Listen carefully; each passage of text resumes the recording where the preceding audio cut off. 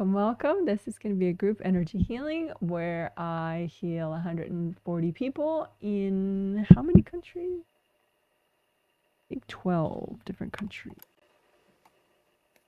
Yes, 12 different countries. And the theme of this healing, this set of 2 healings, this is the first in the set of 2 healings, the February twin set 2025. And the theme is really fabulous. It's a dual theme, very relevant, productivity and good sleep. Thank you. So I'm very excited and I hope you are too. And I will go into what we will specifically do today as well. First, I want to just show this, my new background. Hello, hello. Thank you for my confirmation. My new background, if I get myself out of the image for a second, it says a lava lamp image. So hopefully that's colorful and mellow and relaxing and inspiring. I don't know. Fun, cute. We'll see what you think. You can share your views in the post-healing survey. If you are you're one of the people I'm healing, you will be receiving a post-healing survey link and you can share your views. So let's see, fun background. Oh, good. So now you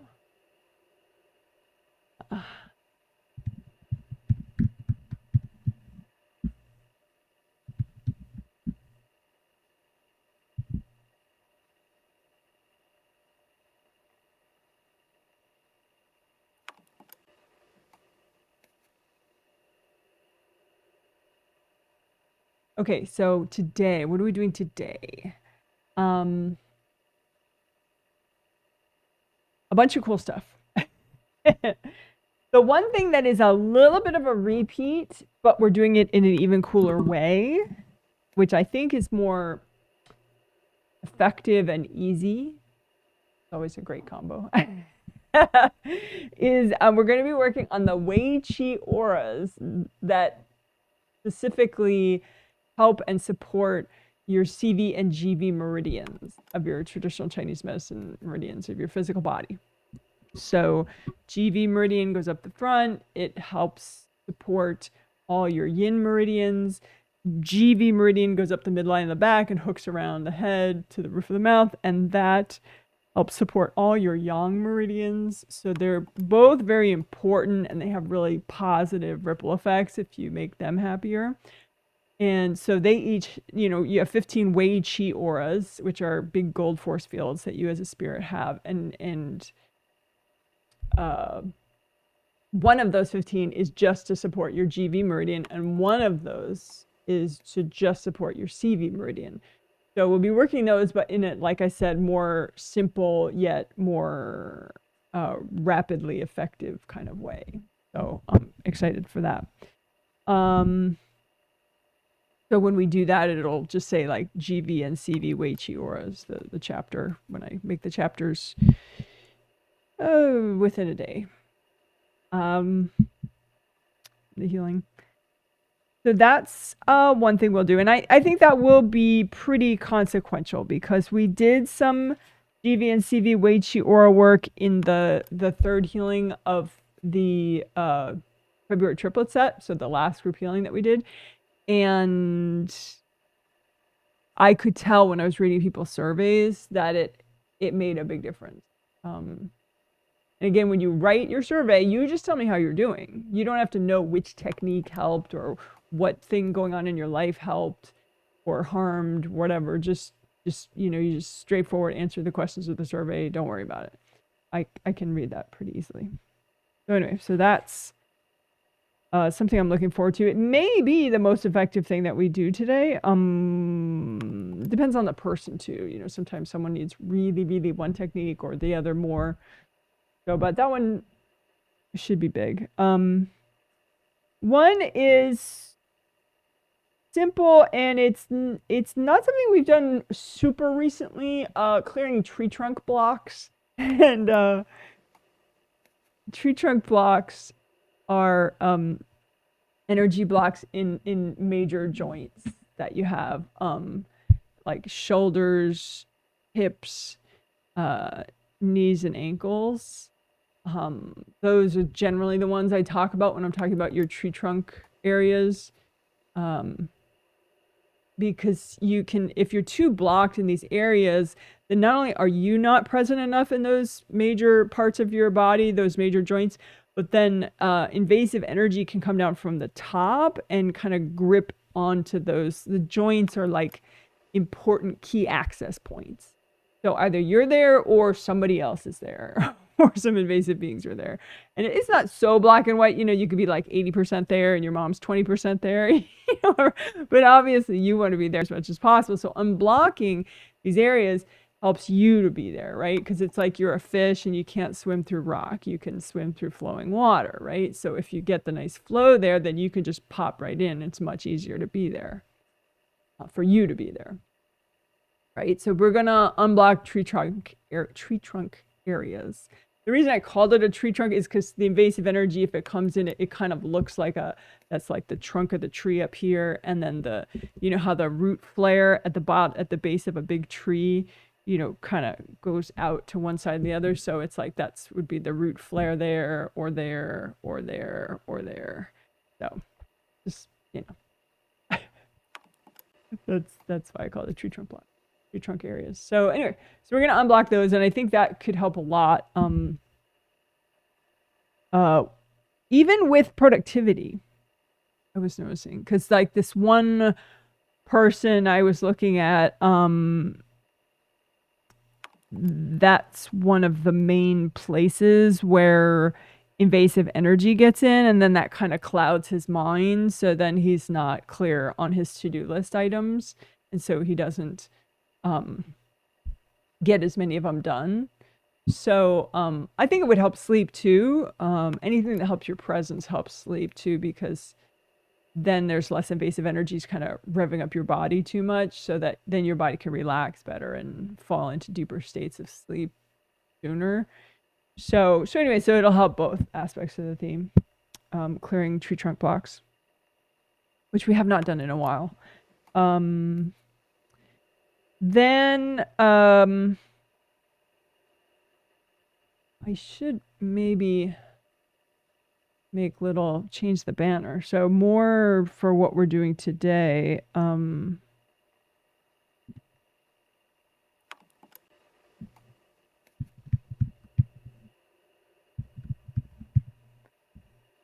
your mind barrier, usually I call it, you know, the barrier between your conscious mind and your subconscious mind. There's a barrier there, and there should be one, because you don't want to be aware of everything in your subconscious. There are things that you're not ready for, maybe, that you kind of know subconsciously. You're just not ready to know consciously.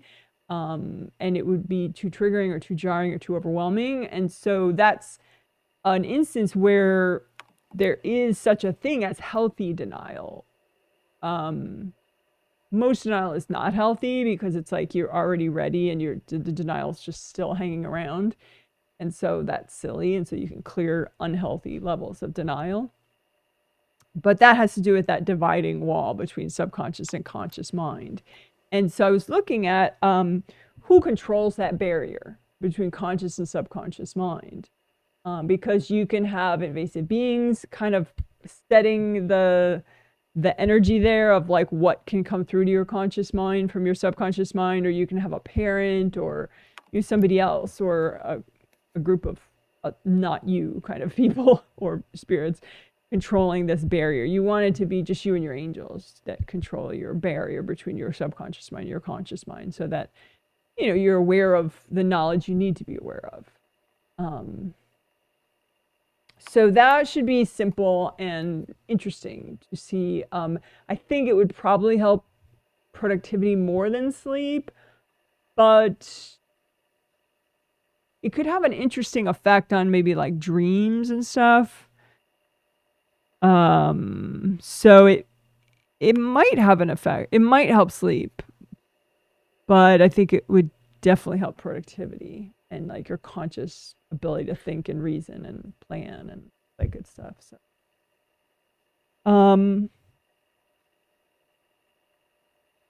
see what else? Oh yeah.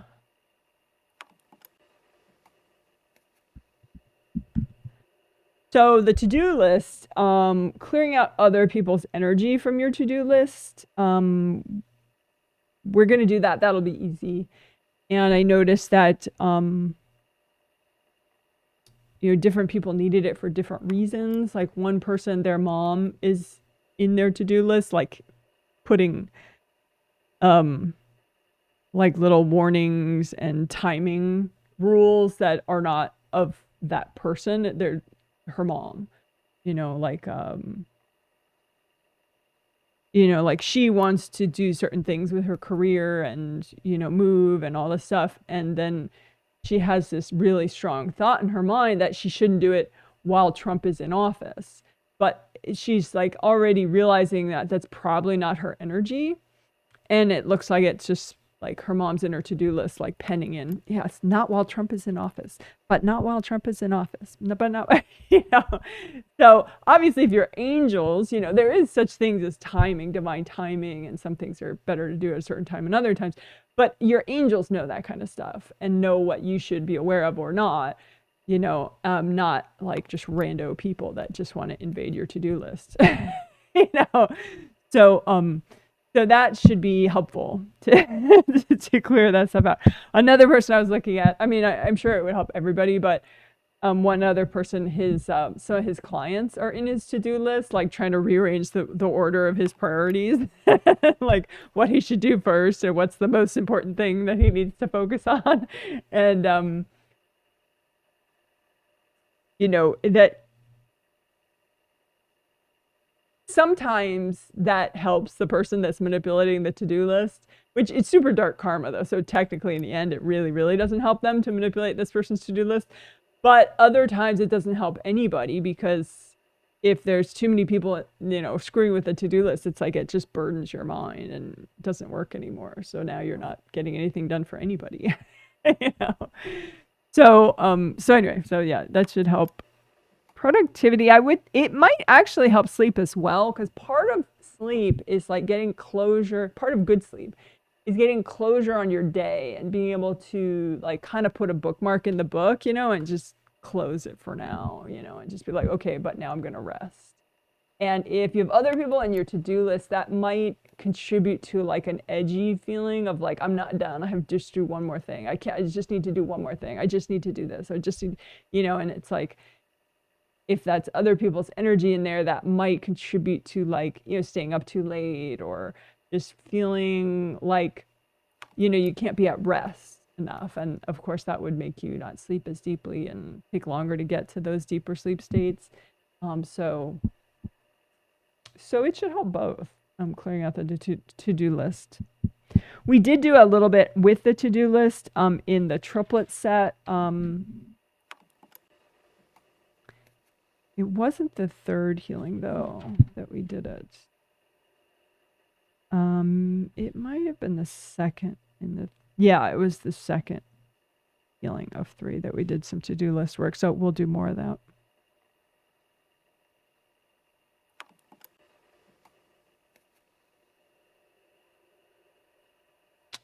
Yeah.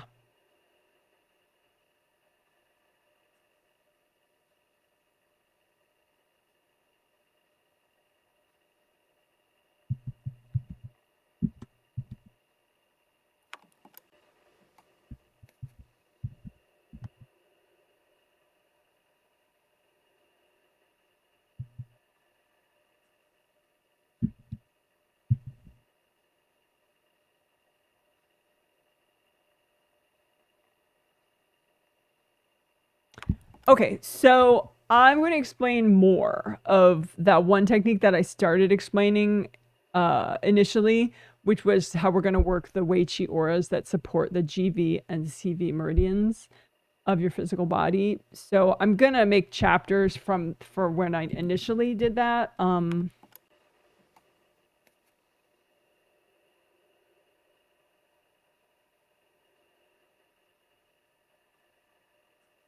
for when I initially talked about the GV and CV Wei Chi Aura work that we're going to do today. And also, I think the tree trunk blocks. I'll make those into chapters. But anyway, so this is part 2. I wanted to explain a little more what I mean by how we're going to help those Wei Chi auras.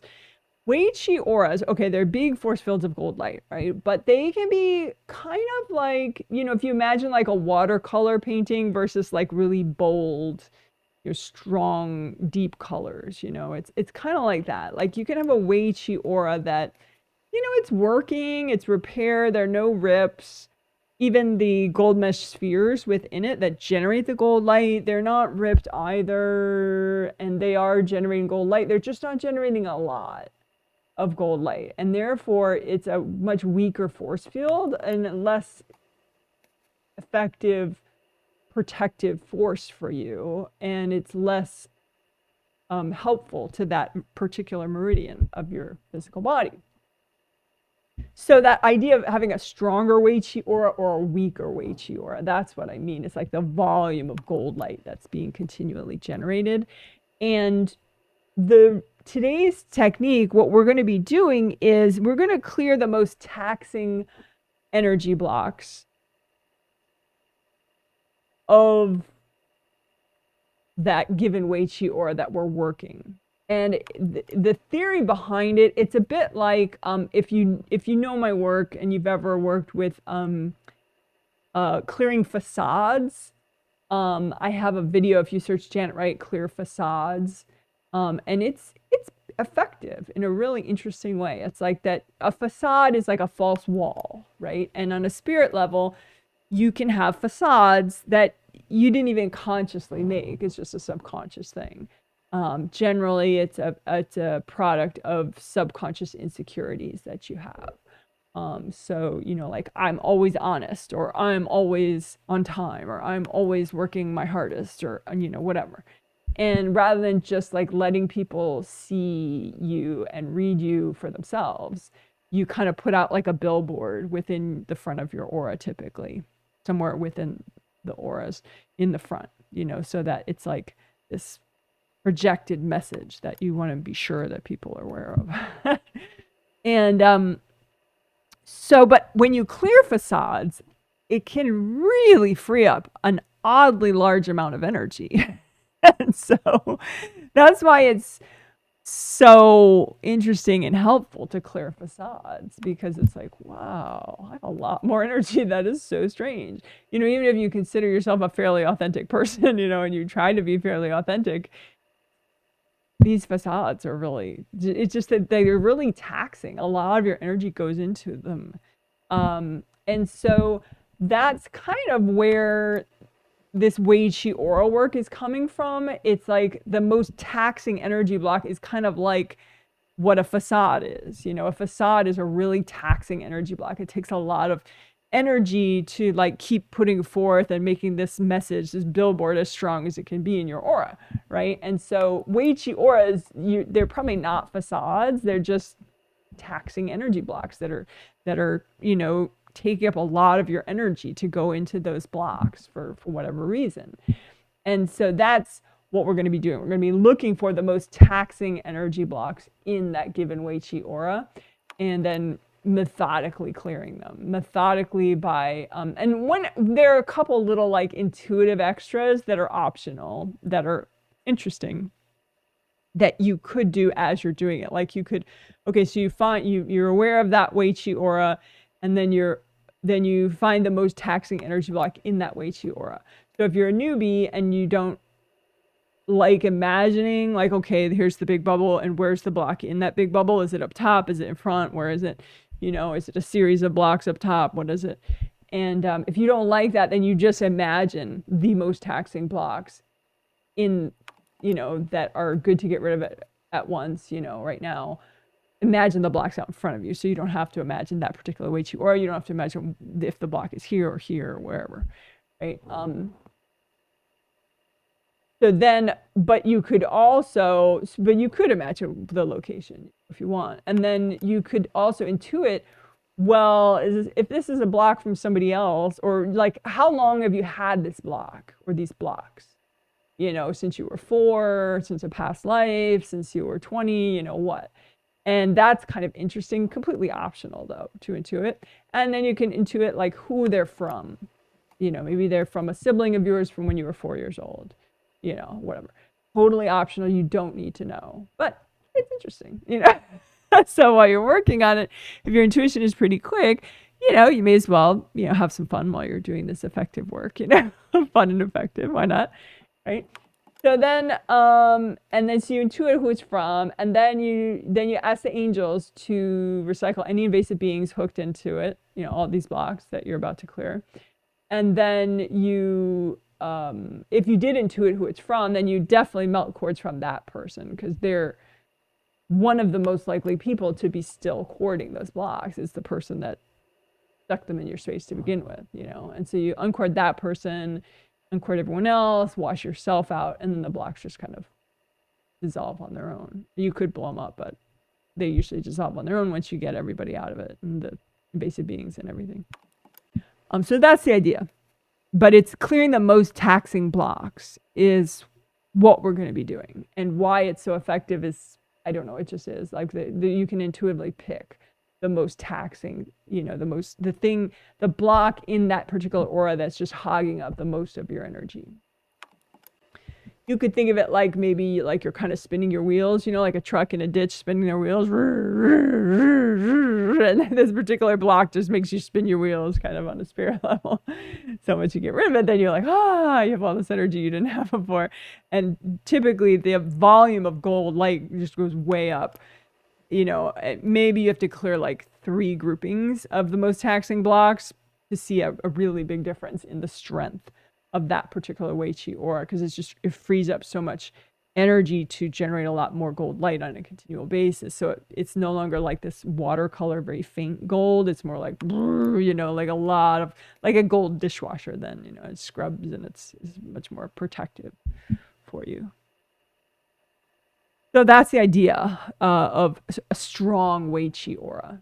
You know, it's not only repaired, it's not only, you know, so free of big rips or rips at all. And it's not only just repairing the gold mesh spheres within it, it's, you know, working that volume of gold light being generated by clearing the most taxing blocks. And, you know, you do it incrementally, like, you know, maybe one of them at a time, and then you do another, and then do another, and then you're like, okay, wow, that's definitely good enough. You know, and then you can move on to a different Wei. And, you know, you have 15 Wei Chi auras, but you could just, you know, I mean,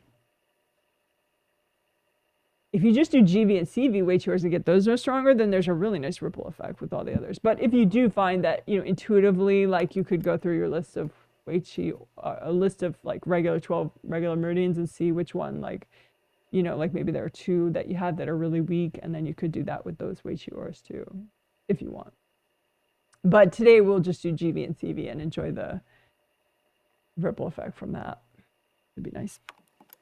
So anyway, that's the more detailed explanation of how we're going to strengthen the GV and CV Wei Chi auras by clearing the most taxing blocks in a methodical way.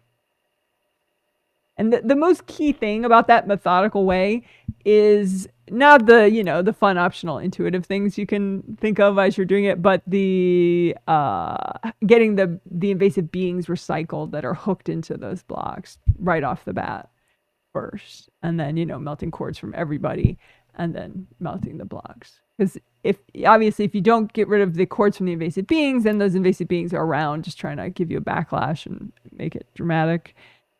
And if you don't melt cords from all the people, it might be harder to destroy the blocks, and or then they just get like a kind of a blast of energy as you're destroying the blocks, and then you're more likely to get backlash from them.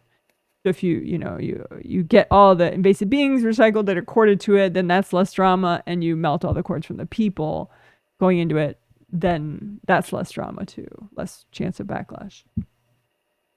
That's methodical. We could say safer in a way too, or low drama.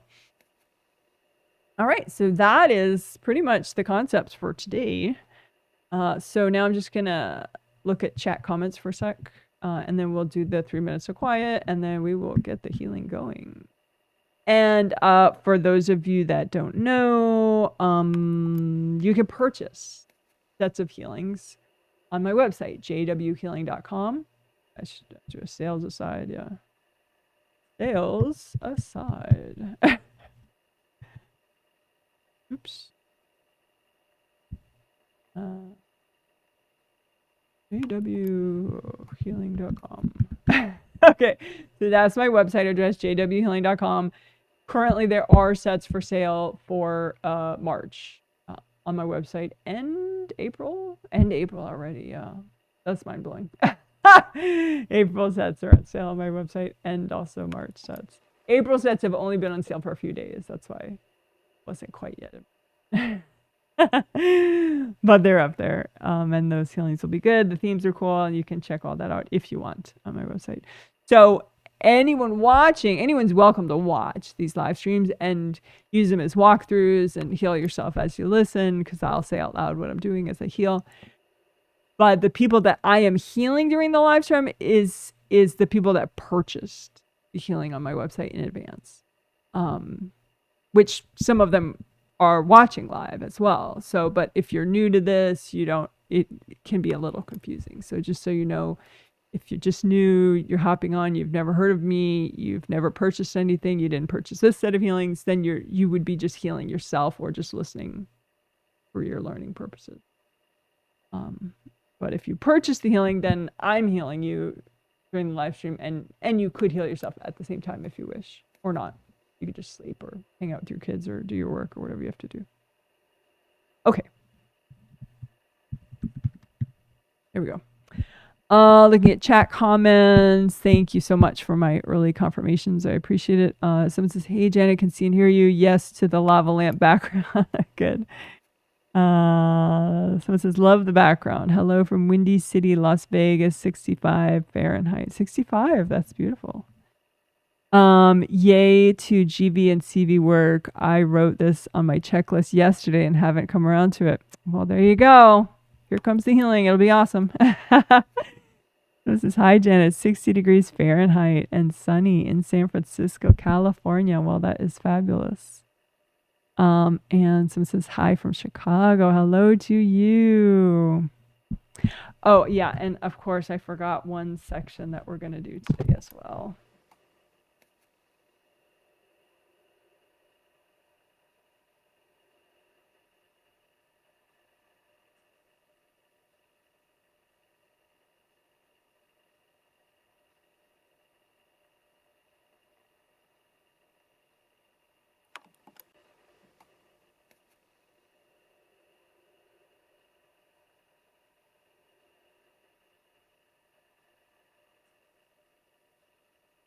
Okay, so I'm going to preview what we're going to be doing, and I will make a little heading about it too, as I explain.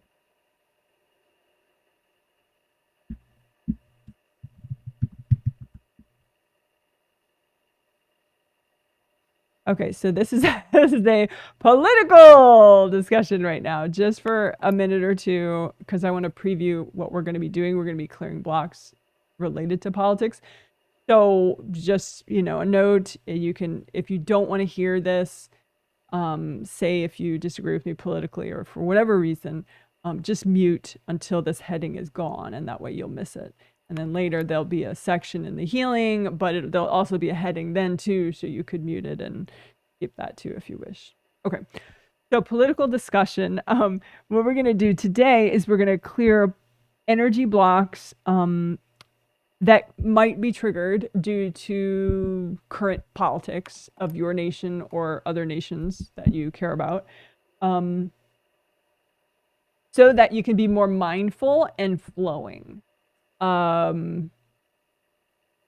So like, for example, so, US politics are very potentially triggering in recent days and weeks.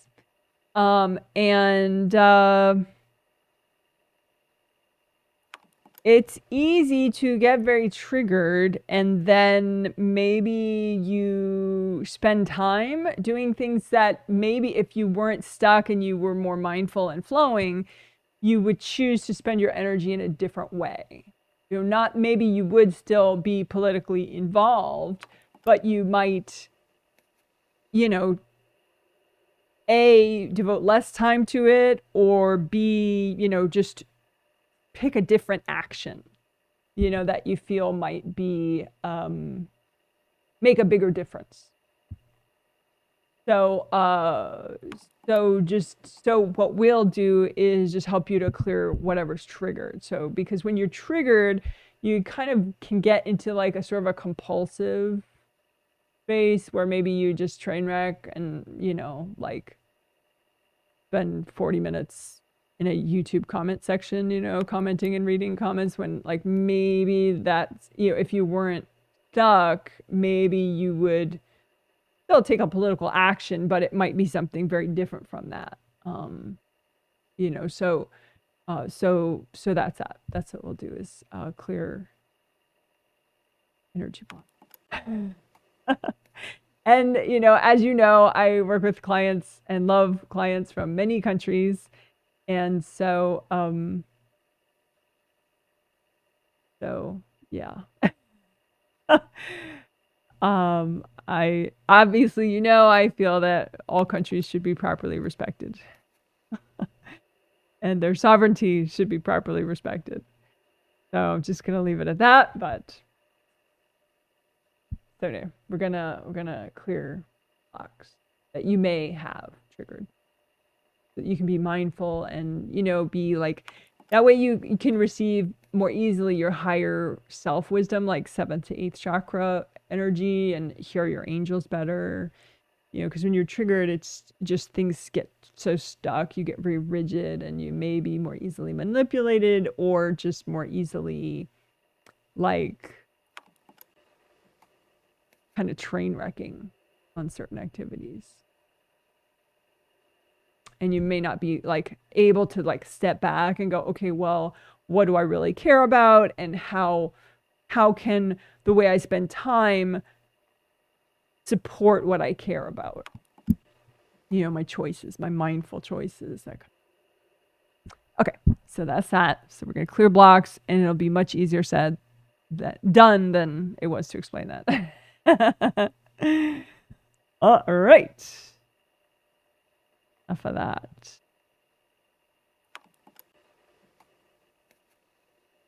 Oops.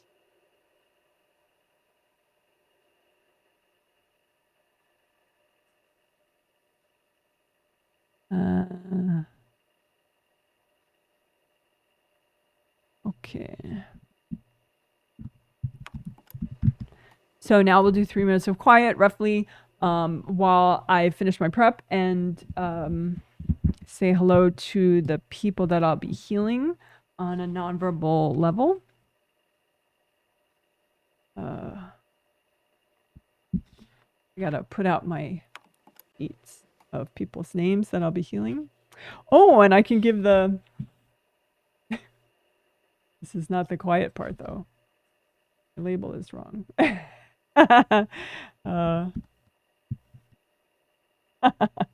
right, so I'll do the country count as I lay out my papers before our 3 minutes of quiet. So of the 140 people,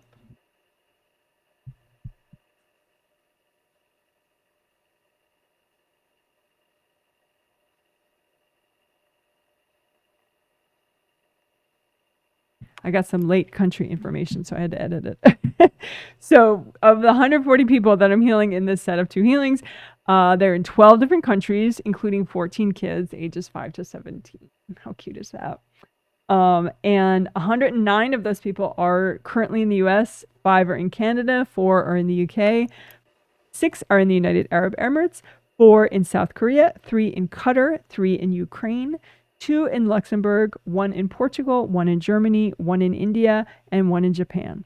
So hello, hello, hello to all the 140 people that I will be healing in this twin set. And also hello to anyone watching live that for whatever reason did not purchase this set. You are also welcome Watch.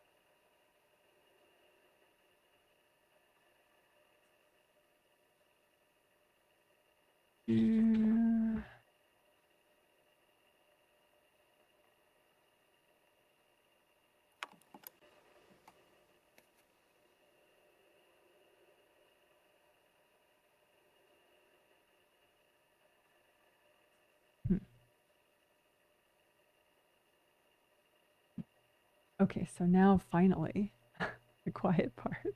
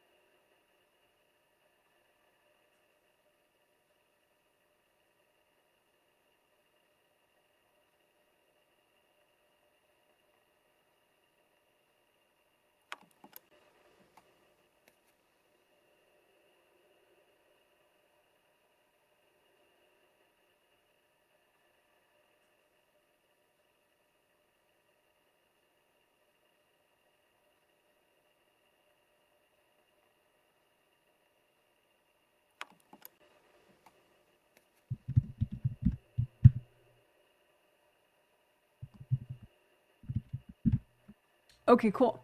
So let's unblock hand chakras. So you have an energy center in the palm of each hand and also one in each fingertip. So hand chakra, fingertip chakras.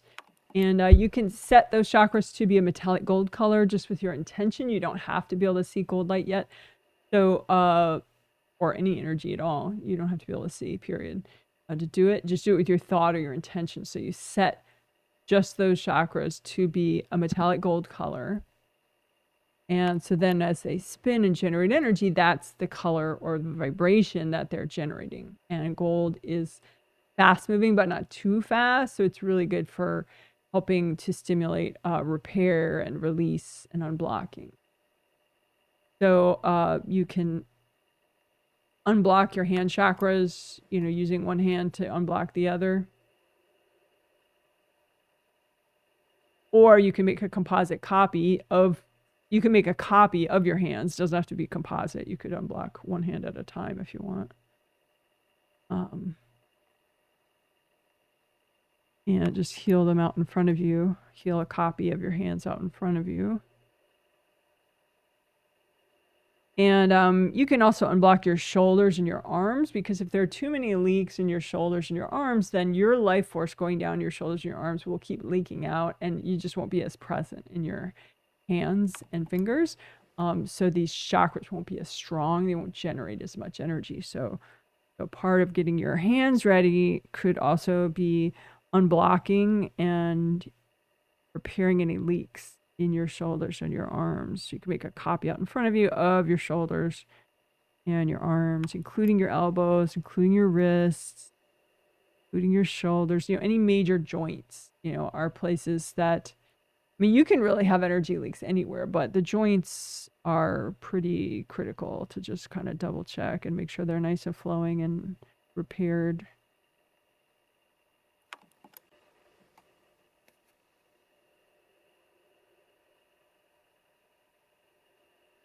And you don't need any complex knowledge of the joint to do that.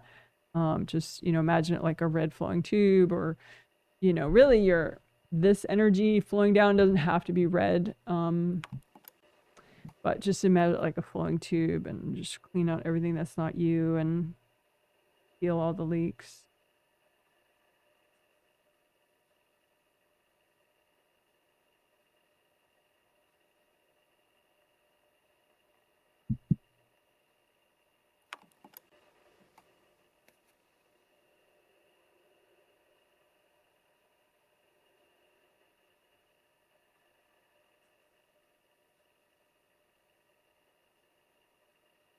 You can have things wrapped around your arms that is making it harder for you to be there.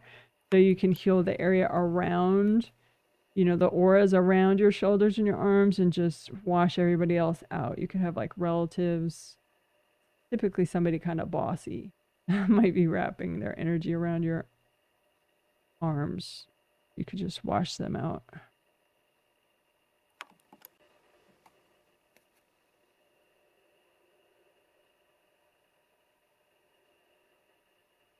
All right.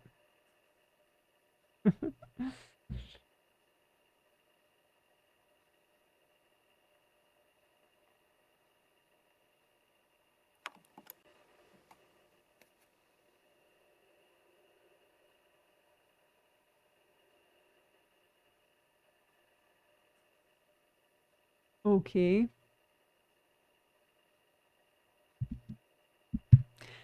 So we'll do grounding. Just recreate both your groundings, make them wide as all your auras, and make them wide all the way down to the core of the earth. Make them both the same color, red or orange or yellow. So this lava lamp stuff, those are good grounding colors. Any shade of red you want, or orange or yellow. Those are all good grounding colors, or tricolor earth energy soak colors. Actually. Not why I picked it, but funny coincidence. So you make a copy out in front of you of both your groundings. When I say both your groundings, one of them is for your physical body and your physical body's aura, and one is for your astral body and your astral body's aura. And you want them both unblocked. So just like hunt out the blocks. They could look like big chunks of rock, and just use so much gold light that they melt away.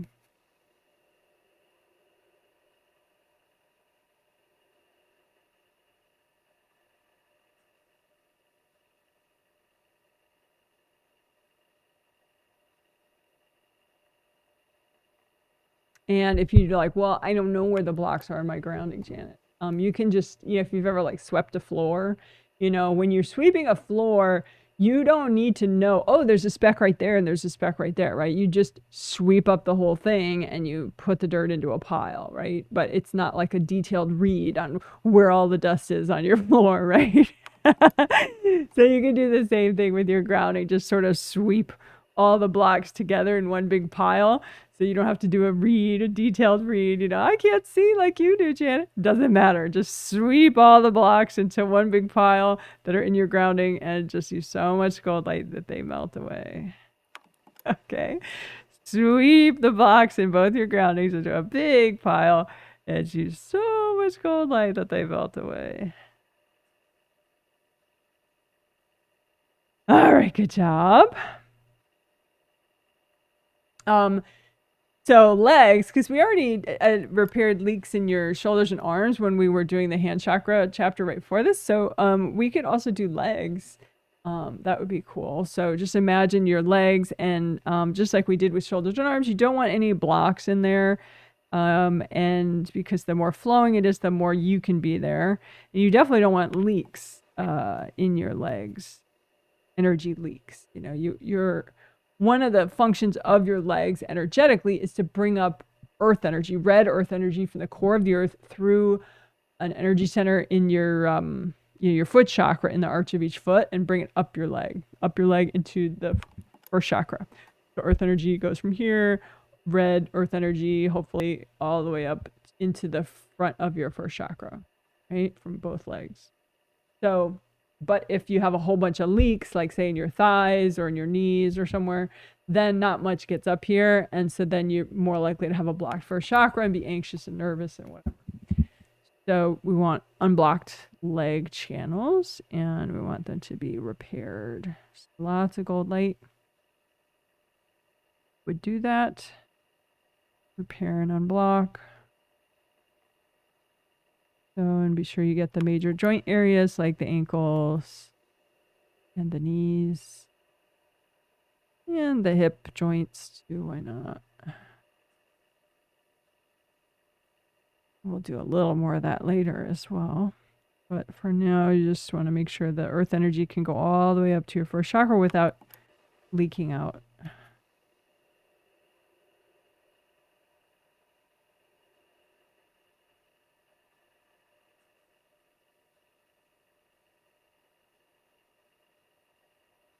All right. And you can unblock the front of your first chakra. First chakra color, ideal color would be red, some shade of red. So not like yellow like this, but this is the general shape of any of your chakras. So your first chakra, your round opening would be in the front, down here at the base of your spine, and then round opening would be in the back right there. So unblock both the front and back of your first chakras. Because you can have a lot of red earth energy coming up your legs, but then if your first chakra is too blocked, it just kind of bounces out and doesn't go in. So just kind of coax out the energy blocks in the front of your first chakra. Give them to your angels. Angels, here you go. Or you could coax them out and blow them up or melt them. Coax out the blocks in the front of your first chakra. Give them to your angels. Angels, here you go. And you can have invasive beings kind of helping to block up that area. So you can say, angels, if there are any invasive beings hooked into my first chakra, either of my first chakras, can you please recycle them?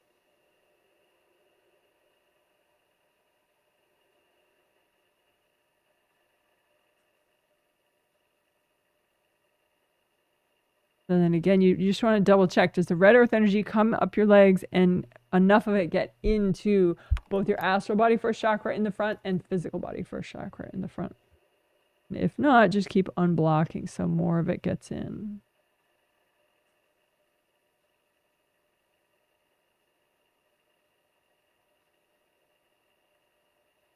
All right, good enough. We will do a little bit more first chakra work when we repair and unblock all chakras at the same time in the chakra repair section, which is coming up shortly.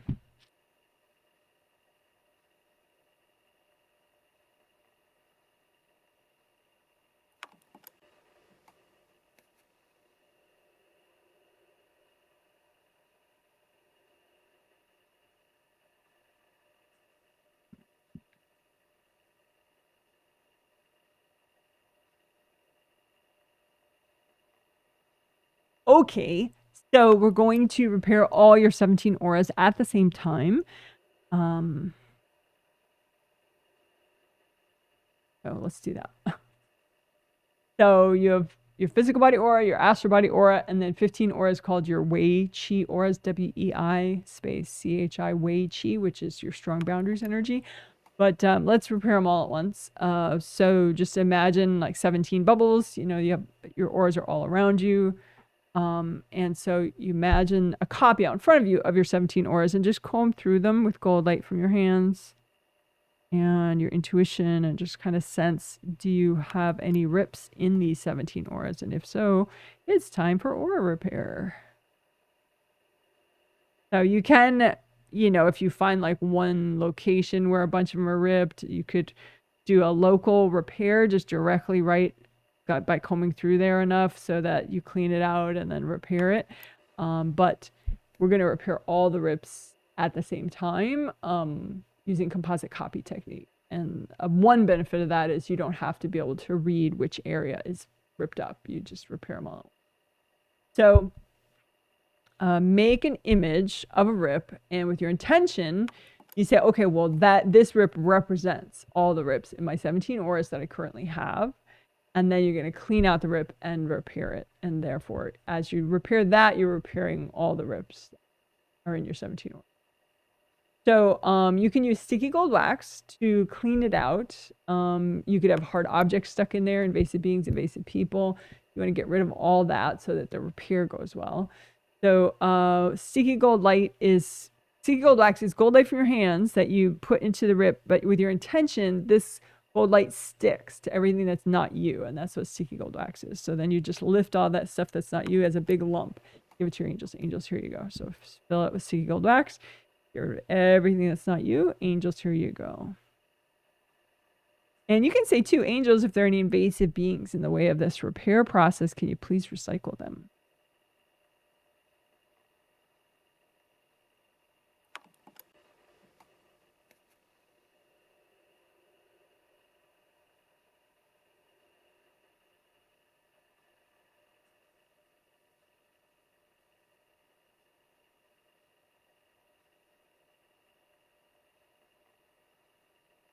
Okay, so that probably repaired most of the rips. So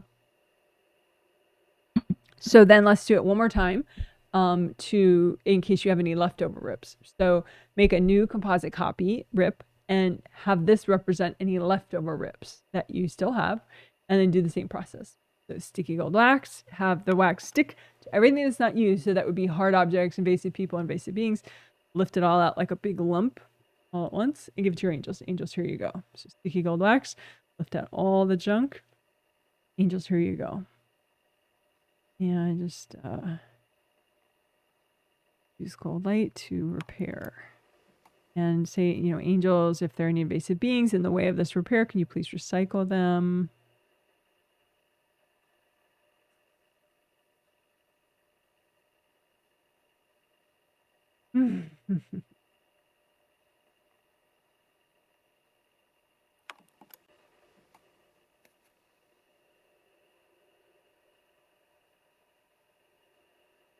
All right, great. So then just check the outer surface of all your 17 auras. Check for leaks. If there are any little leaks left over, just use extra gold light to repair them. You may have missed a couple hard objects. If so, you can just pop those out, have them destroy as they pop out, and just do the repair.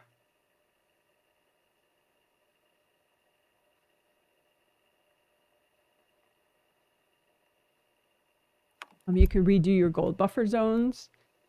I have a video on those if you want to learn about those. You search Janet Wright gold buffer zones, you'll find it on YouTube.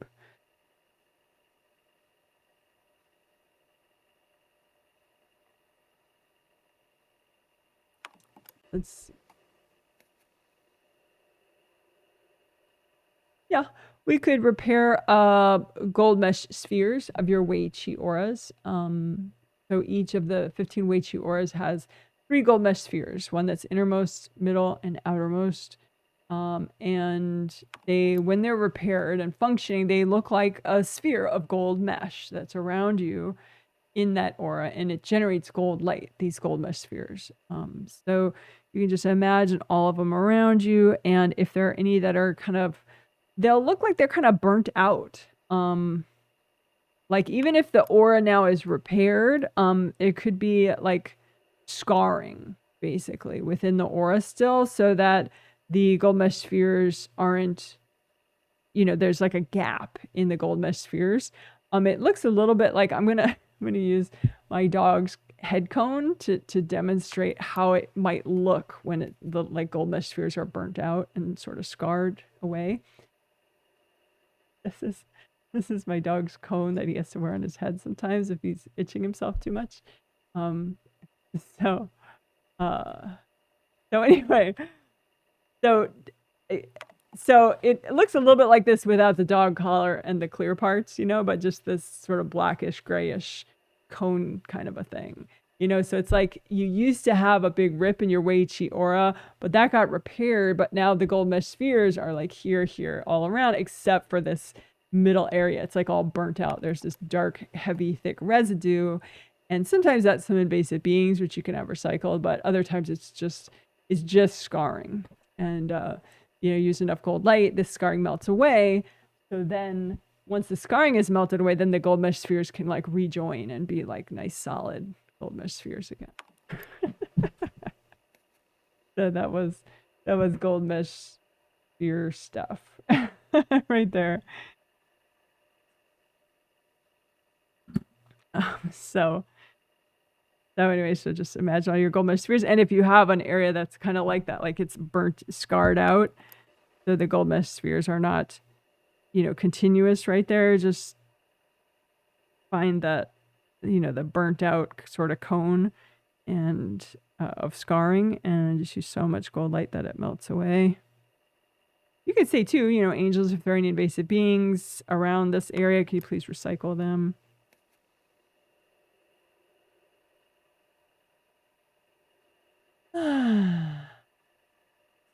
You can find one more of those, you know, sort of scarred areas from your Wei Chi auras that, you know, the gold mesh sphere isn't continuous.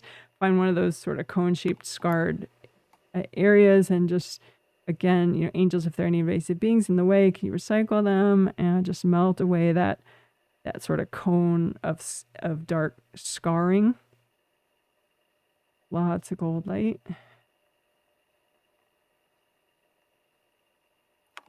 So that the gold mesh spheres can fully grow back and be like a solid mesh sphere. Okay, good job.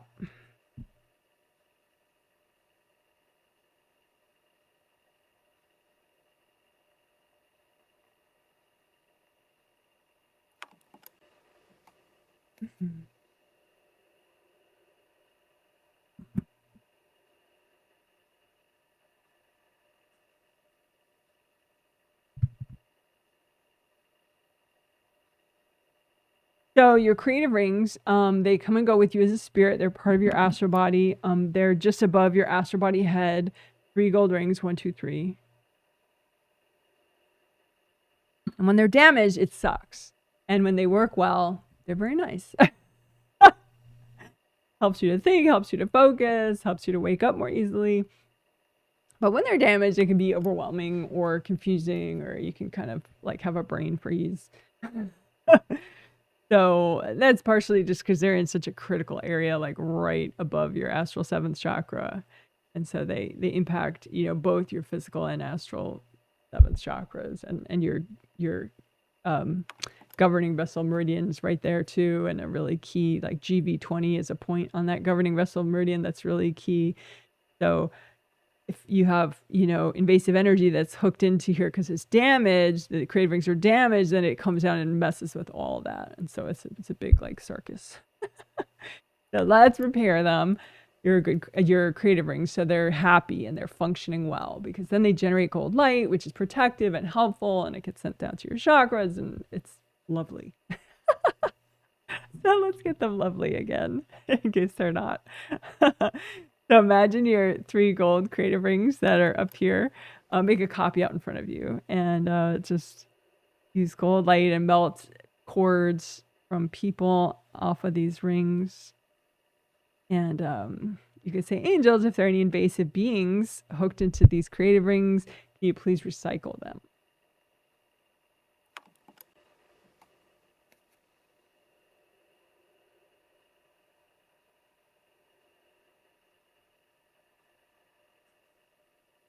So, and just lots of gold light, and hunt for any areas that you feel are cracked or broken, and just use extra gold light there.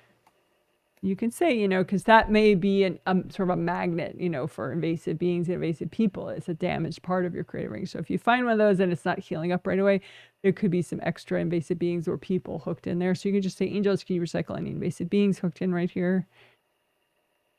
And then, you know, melt away moms, cords, or whoever, you know, anybody that's cording there. You don't have to know who it is. Some people do not have invasive mothers. I'm kind of jealous of them.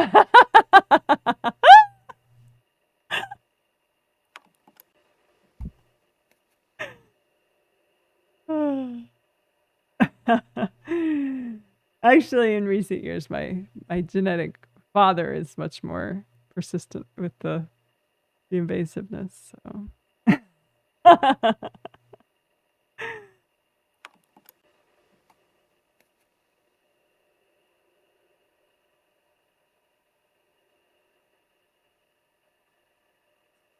Melt away cords. You want to melt away all the cords so that your flaps of your creative rings can relax and fall shut.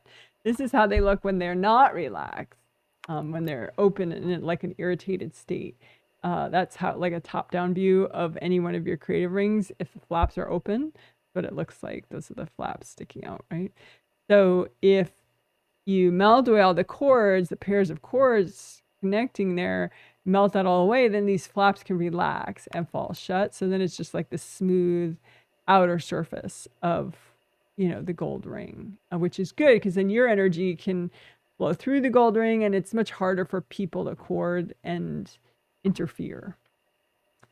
So just keep melting those cords so that the flaps of your creative rings can relax and fall shut.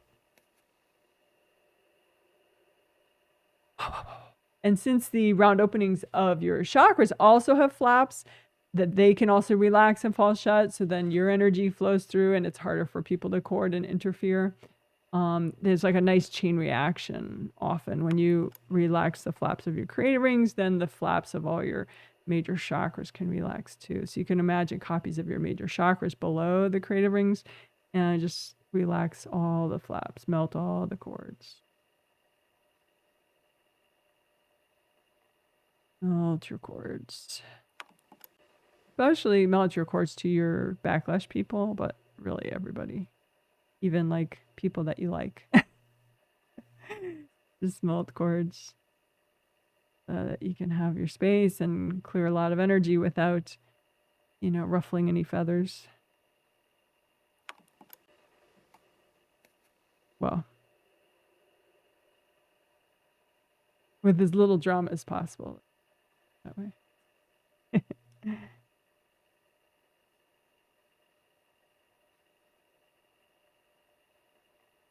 Alrighty.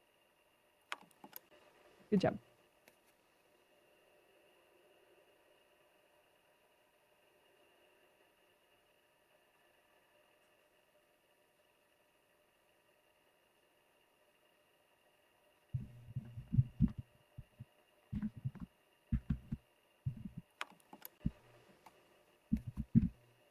So chakra repair and unblocking, let's do that. We just did a little bit of chakra work when we did creative rings just now. And we did a little bit of first chakra work in the grounding section. But so right now we'll work all your major and minor chakras at the same time.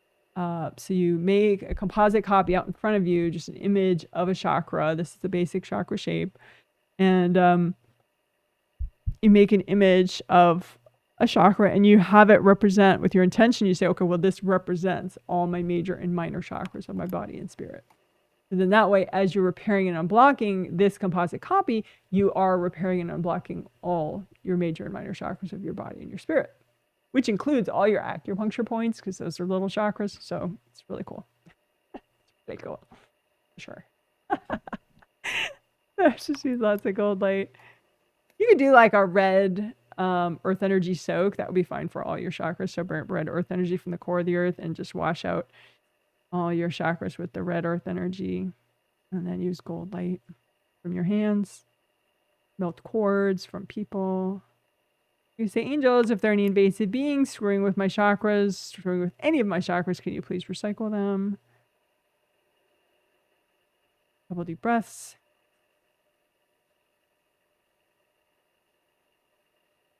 You can have some chakras that are so blocked that the energy blocks get in the way of the repair. So you can lift out the blocks that are in the way of the repair. You could blow those up. You could melt them with gold light. If they're not fully destroying, you can hand it to your angels. Angels, here you go. So again, lift out the blocks in your chakras that are in the way of the repair process. Blow them up or melt them with gold light. And any that are not destroying, just hand it to your angels. Angels, here you go. So then keep using gold light to repair all your major and minor chakras. Melt cords, people.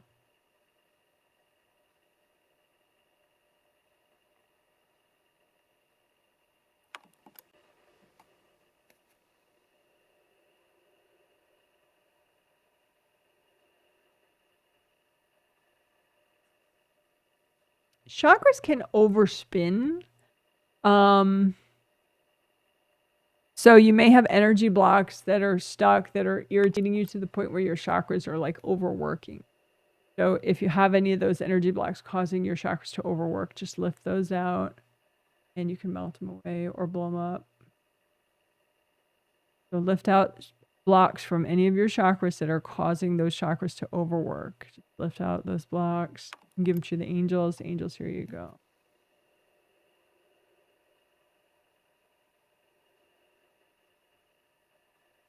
And again, you could bring up red earth energy straight from the core of the earth and just wash out all your chakras with the red earth energy. Light, repair any damage.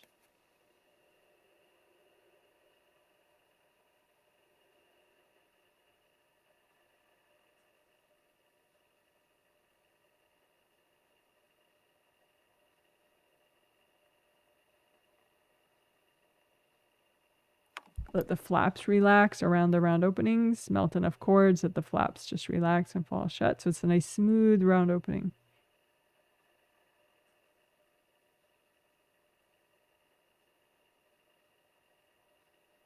And we can do unblocking to help the theme of the themes of good sleep and productivity. So if you have any energy blocks in any of your chakras that's in the way of the theme that would be healthy and gentle to get rid of, just lift out those energy blocks. You can blow them up or melt them away with gold light. So lift out blocks in the way of good sleep or productivity and melt them away with gold light. Lift out the blocks in the way of good sleep or productivity. You could blow them up, melt them with gold light, or hand them to your angels. Angels, here you go.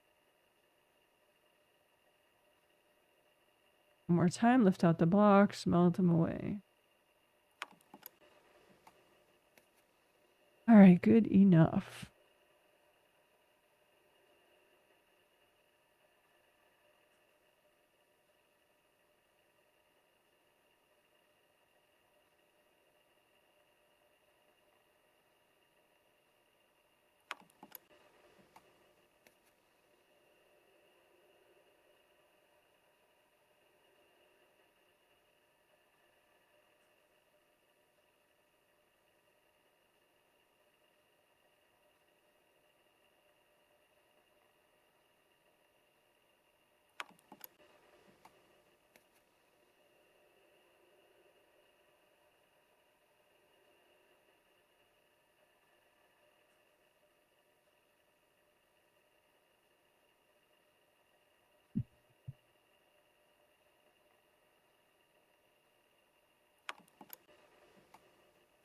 Okay, so your good karma windows, that's what GKW stands for, good karma windows.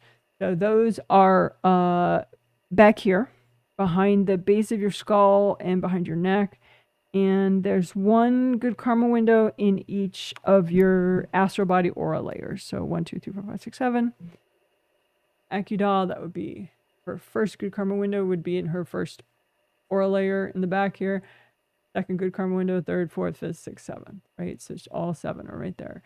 What is a good karma window? It's like it's just a key area. It's a place where you can bring energy in, but also invasive energy could get in if it's damaged or blocked too much. So you want, and also it's, since it's like such a key area for you bringing in new energy, it's a place where people could manipulate you. They could place devices or chunks of energy that therefore would could limit what you can bring in and manifest. So we don't want that, right? We want you to have just your energy there, nice and flowing and unblocked. So a good karma window looks like this. It looks like a triple frame window like this. 3 concentric squares, I guess, is how you could also describe it.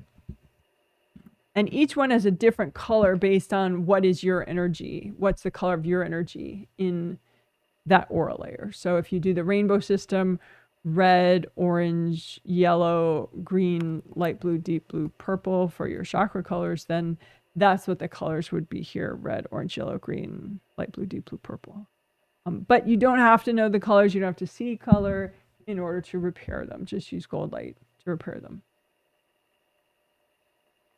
There we go. So just imagine that area behind the base of your skull and your neck for your astral body, and run gold light through your good karma windows. And you could bring up red earth energy just to ground them all in red earth energy if you wanted, and gold light. Even if, you know, they're different colors. I mean, if you want to pick one color for all of them, then red would be the choice, 'cause you don't want to over trigger the lower chakras. But you could, I mean, if you're really detail oriented, you could have a red grounding for the first one and orange grounding for the second, etc. You can lift out any energy blocks that are in the way in those good karma windows and just melt those blocks. Lift out the blocks in the way. You could blow up the blocks or melt them with gold light or hand them to your angels. Out those blocks, melt them away with gold light. So it's an important place for boundaries, because it's where you could come and go, or invasive energy could come and go. So there may already be some invasive energies coming through that area. So you want to allow yourself to entertain that possibility and see that stuff or imagine that stuff, and then pull it out and give it to your angels. So if there's any energy sort of woven through back there, accessing your upper chakras in any way, just kind of freeze it and lift it out. Angels, here you go. Freeze it, lift it out. Angels, here you go. Kind of like, if you do your laundry and you clean the lint, the lint catch in your dryer, just take it out, give it, so don't freak out about it. Don't, think, oh, is this my mother or is it my father? Like blah, blah, blah. Just, throw it out, give it to your angels, so find whatever, if there's anything that's worked its way through your good karma windows into your upper chakras there, just, freeze all that junk and give it to your angels. Freeze it, lift it out. Angels, here you go. Just like you're going to clean the lint trap in your dryer. Bam, bam, bam. Right? So grab it, give it to your angels. Angels, here you go. Grab it. Angels, here you go. You can also do a nice red grounding just for the base of your skull area, straight from the core of the earth all the way up. So an individual grounding just for your base of skull area. That's red. Because you want any energy that's not yours to be able to easily drain off from this location.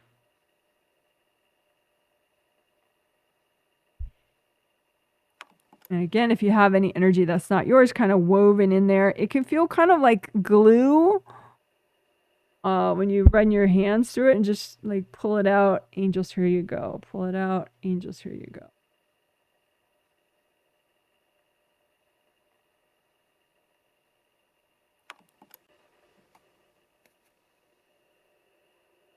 You can say, angels, if there are any invasive beings, you know, messing with this area, you please recycle them.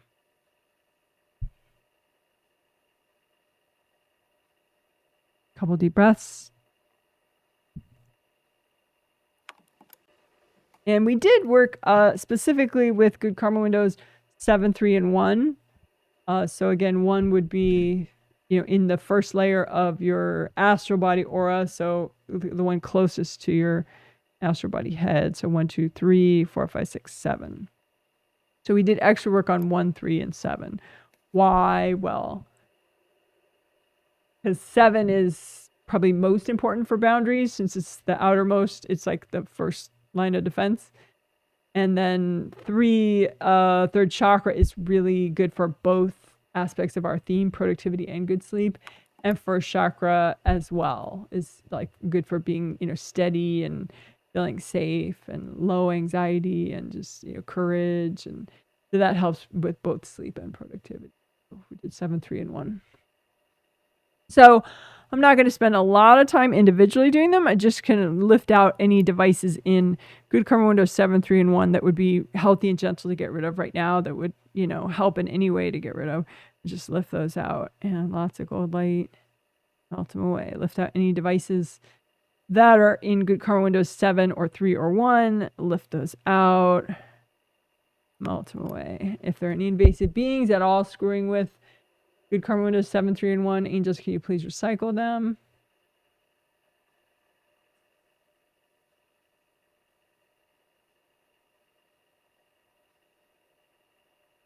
Again, good karma windows 7, 3, and 1. Lift out any weird devices in any of them that are healthy and gentle to get rid of. If there are any invasive beings hooked into them, angels, can you please recycle those? And I just keep using so much gold light that those little pieces of energy dissolve completely. And just use extra gold light through all your good karma windows, especially 1, 3, and 7, just to help them adjust now that you cleared all that junk out of the way.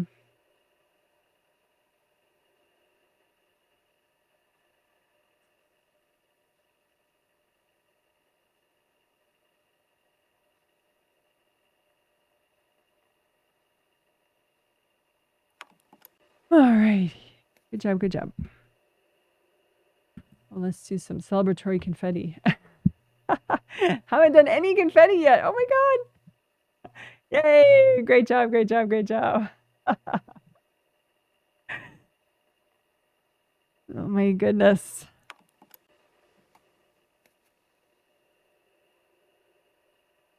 Kind of want to see how confetti looks with the lava lamp without me in the way. Let's see. There we go.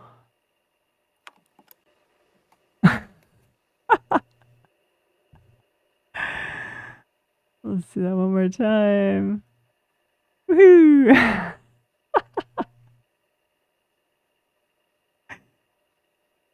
Oh, I'm such a child. It's never too late to have a happy childhood. Never too late.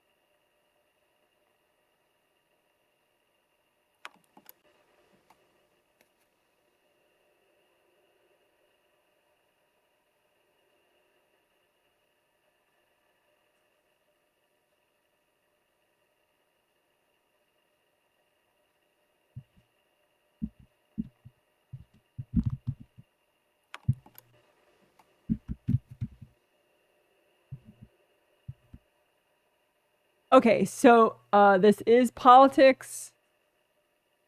So just a heads up if someone wants to skip it or mute it. It's a short section, so you're free to do that. Just mute it until the banner changes and it doesn't say politics anymore. Okay.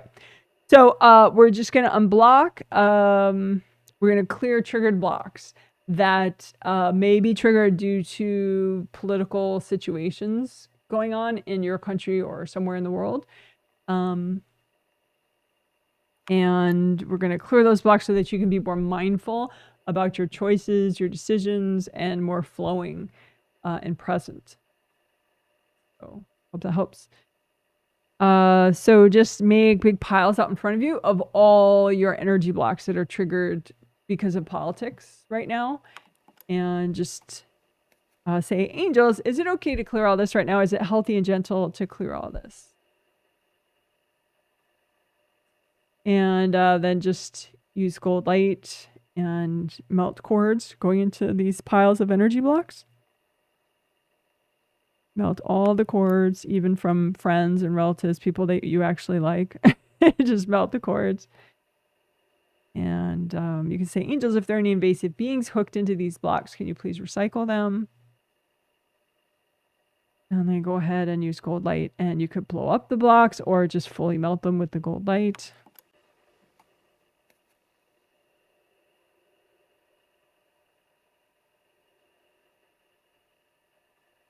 All right, let's do that one more time. So, and if you don't like feeling triggered about politics and you're even hesitant to work this, you can make the piles far out in front of you. That would make you feel it less as you're clearing them. Or you could make like a big gold bunch of flowers in between you and the blocks, you know, to sort of have a nice little buffer between you and what you're clearing. But you don't have to. So anyway, just put out in front of you piles of all the energy blocks that make you more stuck about politics or that are any energy blocks that are triggered by political situations currently. And say, angels, is it healthy and gentle to clear all this right now? So then whatever's still there, yes, it's healthy and gentle to clear. And so then you could blow it all up, but melt cords going into it first, right? Because then that's less drama. You want to melt away connections to people from these blocks. So nobody else gets jostled when you're clearing this stuff. Melt the cords from people. And you can say, angels, if there are any invasive beings hooked into this stuff, can you please recycle them? That also helps make it low drama. So then now that's all done, you can just blow up all the blocks or melt them with gold light through your hand.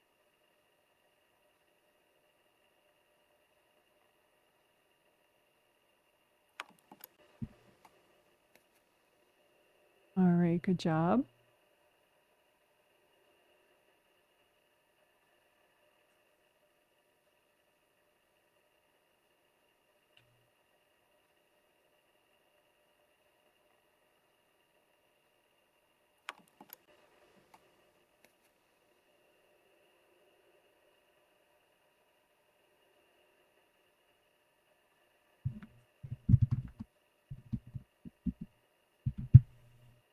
Okay, clear tree trunk blocks. So I explained this before. There'll be a little chapter title before the healing about tree trunk blocks. So if you're not sure what they are, but they're just energy blocks in like these major joint areas on either side. So like shoulder joints, hip joints, knee joints, ankle joints. So energy blocks there, because those are key places where you as a spirit can be present and come in and really be in your body if they're nice and flowing. But if they're too blocked, it's too available for invasive people and invasive beings. So you want to unblock these tree trunk areas, I call them. And I explained why I call them that in that little explaining section, but it doesn't really matter. Just imagine any blocks in these tree trunk areas and melt them away with gold light.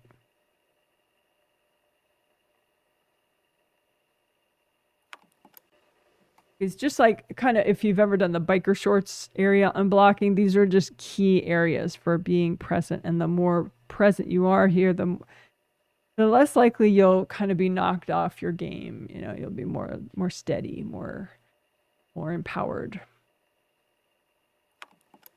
Run gold light through your tree trunk areas. You know, shoulder joints, hip joints, knee joints, ankle joints. Also above your head is a tree trunk area. Energy blocks here, and you know, make it overly conducive to invasive energy coming down. So just unblock above your head, in your auras above. Because again, you want flow. Flow means you could be there. There's good flow. So just melt away any blocks above your head and your auras, and also above the tops of your, like if your top of your auras up here, there could be energy blocks just sitting above there. People have dumped that haven't broken through to your auras, but they're just sitting up there in the way. So imagine the top of your aura and any blocks sitting above that, and just melt those away. Those can create a pressure that then contributes to compression and blocks not clearing. So unblock between your top of your head and the top of your auras, and also above your auras. Unblock there.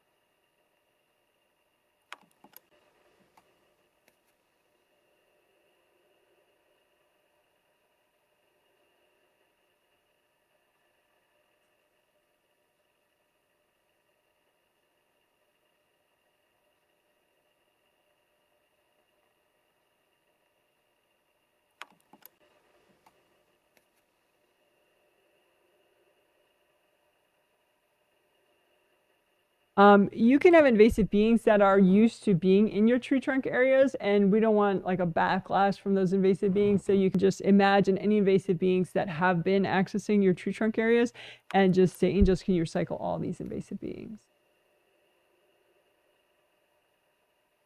And probably should have done that before we did all that work, but that's okay. The backlash usually happens after, so this way we're good enough. So you could call them tree trunk beings, you know, beings that like to frequent your tree trunk areas. So you can just line up any remaining tree trunk beings and just say, angels, can you recycle these beings?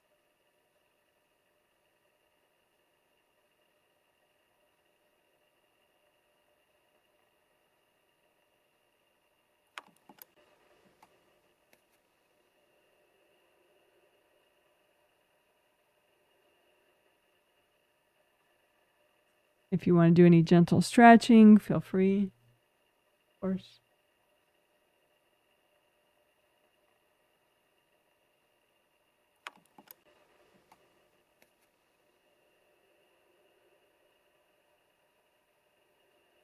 So that can help both sleep and productivity, clearing tree trunk blocks.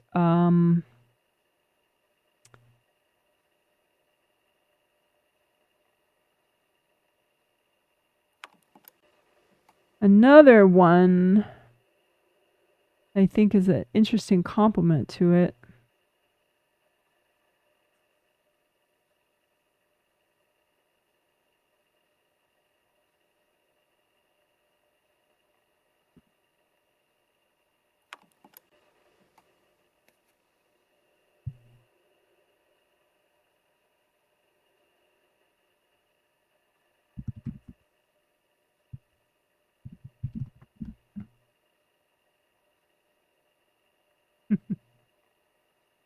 So your to-do lists. So you know, there's this expression in English which neither my husband and I are a fan of. Honey-do lists. I don't know if in other languages they have something similar. A honey-do list. It's like, it's sort of a very gender stereotype kind of a phrase as well. It implies that the wife in a heterosexual couple is got like this huge list of things that she needs the husband to do, so much so that she makes a list for him, like, I need you to do all these things.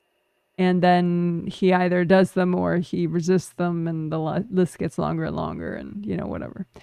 So it's a potentially invasive situation where somebody is trying to manipulate the other person into doing things that they're not organically choosing to do on their own. I mean, you can have a clean situation where, you discuss something and then that person puts it on their own to-do list. But the whole foundation, I think, of the honey-do list is very likely invasive, where the in the stereotype, the wife is the one, keeping track of all these things that the husband should do, and then she kind of puts it in his brain, so it's his honey-do list, and he therefore decides to avoid the entire thing and go golfing or whatever. Or fishing. So it's a mess. So we don't want that. We don't want to be invasive with other people's to-do lists. If other people decide that they want to do something of their own free will, they're more likely to actually want to do it and to do it. But if there's this sort of invasive situation going on, it's just going to drive everyone crazy. So who wants that? Not me. So you can clear out your own to-do list and make sure that you don't have like other people's to-do lists also in your mind. Because again, if it's not something you're organically choosing to do, if it's a piece of someone else's energy in your mind, it's just going to block you up. So you can clear out other people's lists, and you can clear out edits to your list. Like I used an example earlier where someone wants to, move cross country, but their mom is like, not during the Trump presidency. So it's like, that's not from her angels. It's just from her mom, who's in fear, who's deciding to be invasive, subconsciously. So anyway, that's what we'll do. We'll clear out to-do lists, make sure all the ones you have are actually yours, and we can bring them up to date, all with gold light, super easy. So let's get it done.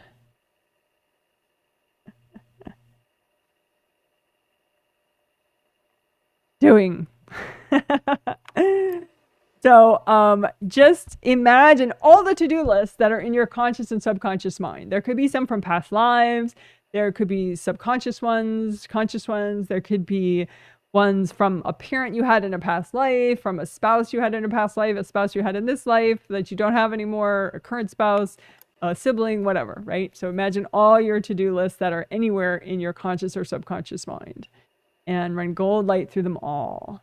And if any are not yours, just let the gold light melt them away fully. If any need updating, let the gold light do that. If you have other people's edits on your list, you can, wash away other people's edits. And you can say, angels, help me do this in the wisest, healthiest way possible.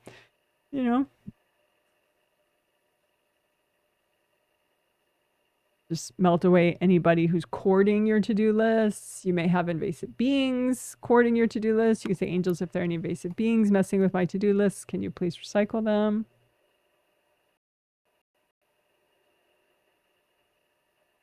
So you can kind of estimate, do you have, how many to-do lists did you have initially? Again, including any that you still have from past lives, including subconscious and conscious mind to-do lists, old ones from this life, whatever, ones from your mother. So how many did you initially have just a minute ago before we did this? And how many to-do lists do you have now? And then the two to-do lists that you still have now, again, run gold light through them. You can bring up red. You can do a tricolor soak for your to-do list: red earth energy, orange earth energy, yellow earth energy, gold light, wash everybody out, update your to-do list so they work for you. They're the healthiest possible to-do list that you can have. The angels, can you help me upgrade my to-do lists so that they're as healthy and wise as possible?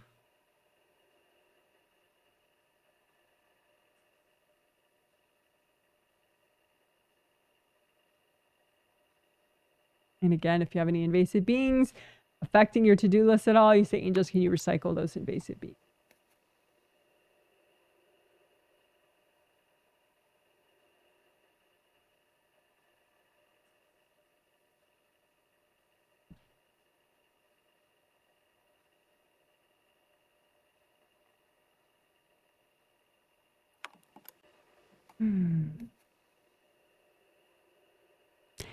And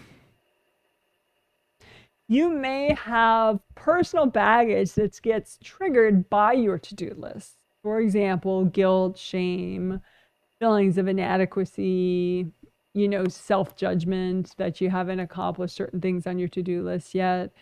You know, so you can put your to-do list to one side and then make piles of all your baggage or all the energy blocks in your space triggered by your to-do lists, right? And then say, angels, is it healthy and gentle to clear all this right now?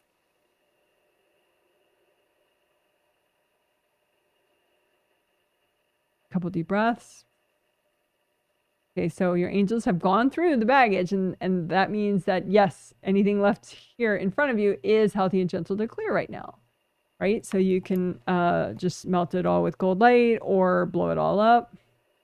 You can say to angels, if there are any invasive beings hooked into this stuff, could you please recycle them? But the invasive beings are recycled, melt cords from other people going into this baggage, and just melt all this baggage or blow it up.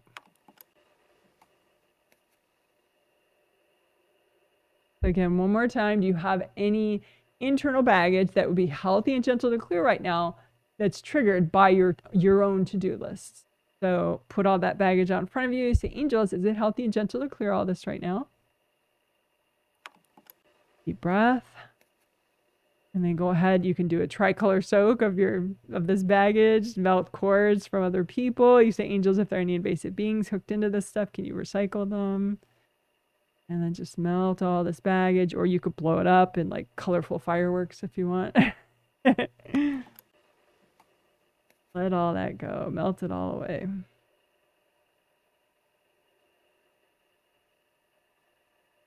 There we go. All right, good job. So that was clearing other people's energy out of your to-do lists and upgrading them, bring them up to date for yourself, and also clearing triggered energy.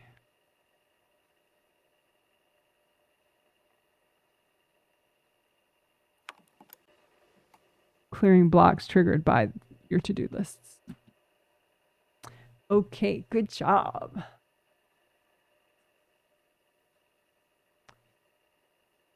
So let's see. Maybe for a little, lighten things up a little after we cleared all that guilt and shame, we could see how butterflies look on all this. All right, let's see. There we go. That's interesting.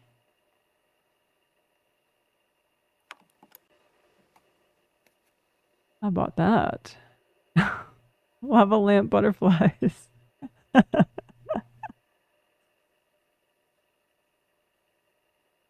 How about that? All right, cool.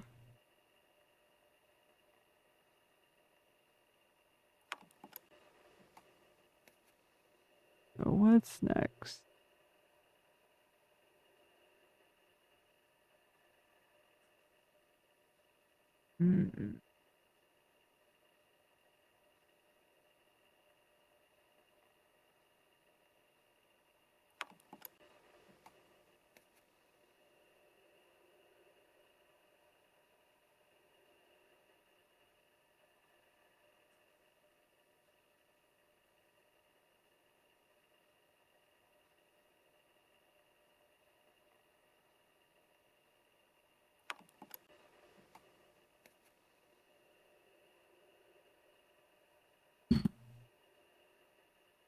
Oh. Sorry, I didn't realize that I wasn't on the screen. Hello, I'm back. Hi. Okay, I was thinking about what's next. Sorry about that. Didn't let you guys know what I was up to.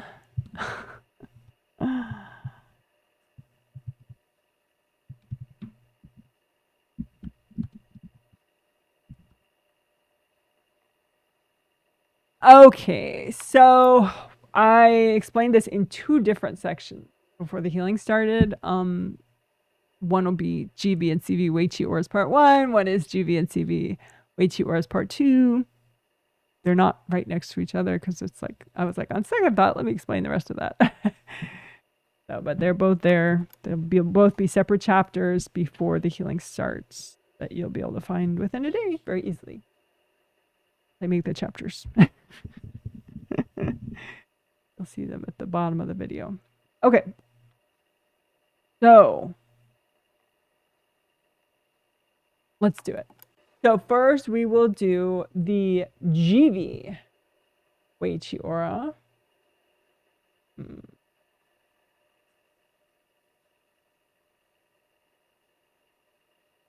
Yeah. So first the GV Wei Chi Aura. We will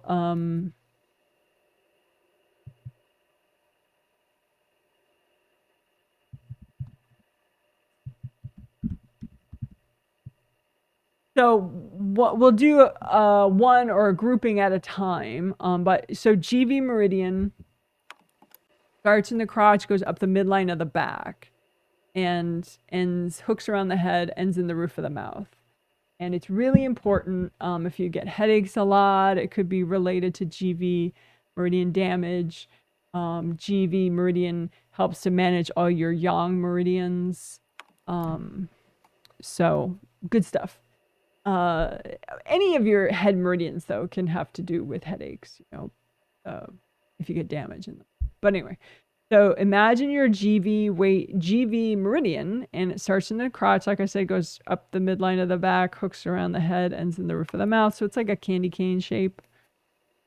And you can imagine, it should be like a red flowy tube with your red flowy life force in it, flowing upward, and your body's life force in it flowing upwards, without leaks, without blocks, without hard objects stuck in there.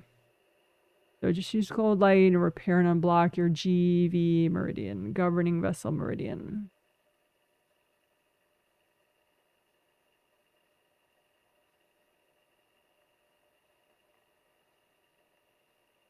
So you're using gold light from your hands, and especially any area that's not red and flowy.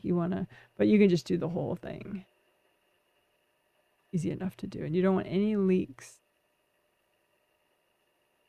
So lots of gold light to repair and unblock your GV meridian. Okay, so then the Wei Chi aura for that GV meridian is just one of the 15 Wei Chi auras. Like there's nothing really distinctive about it other than that's what it's for. It's devoted to that GV meridian.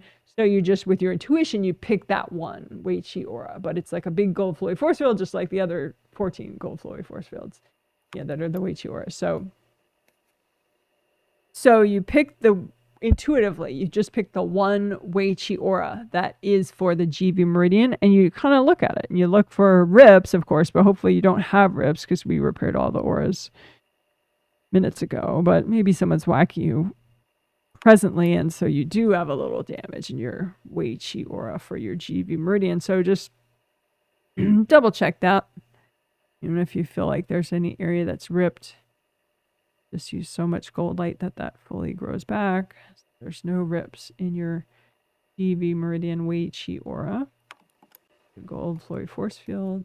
And you don't want any sort of burnt out sections where there's like a gap in your gold mesh spheres, like I explained earlier. The burnt out sections can look a bit like this, although this is a dog cone with a dog collar and everything. So, but like the cone shape like that, it's like if there was a big whack, but the whack got repaired, then there still could be like a burnt out scarring in that aura. So the gold mesh sphere is everywhere but within this scarred area.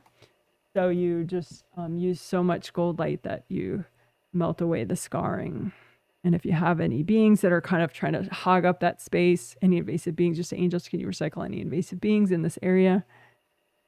And again, we're working specifically the GV meridian Wei Chi aura, which you just pick intuitively. You don't have to, it's not like it says GV meridian on it, so you would know. You just intuitively choose it. With your intention, you choose it. And so if you have any scarred parts of it, just use gold light so that scarring melts, so that the gold mesh sphere can be really, truly continuous throughout your GV meridian Wei Chi aura.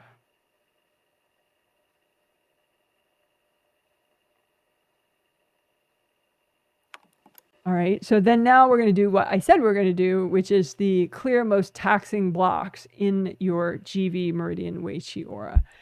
So, and I explained why and, you know, whatever the theory behind it already before the healing started. So just with your intuition or your intention, you don't have to be able to see if you don't, but just pick the most taxing blocks or grouping of blocks. So not all the blocks, but, you know, the most taxing ones that are healthy and gentle to do at one time in your GV meridian Wei Chi aura. You know, so notice, if you can, notice the location of those blocks. There could be just one big one or a series of 4, like right next to each other, you're stacked up, for example. But anyway, just notice a grouping of the most taxing blocks or just one of them, and just start running gold light through it and just say, angels, if there are any invasive beings hooked into all this, can you please recycle them?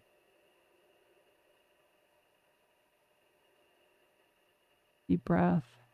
And then as you run gold light through it, melt cords from other people going into it. You can intuit if you want, optionally, intuit, you know, when you got these blocks. Was it a certain time in this life? Were you a certain age? So you can intuit the age, or was it a past life?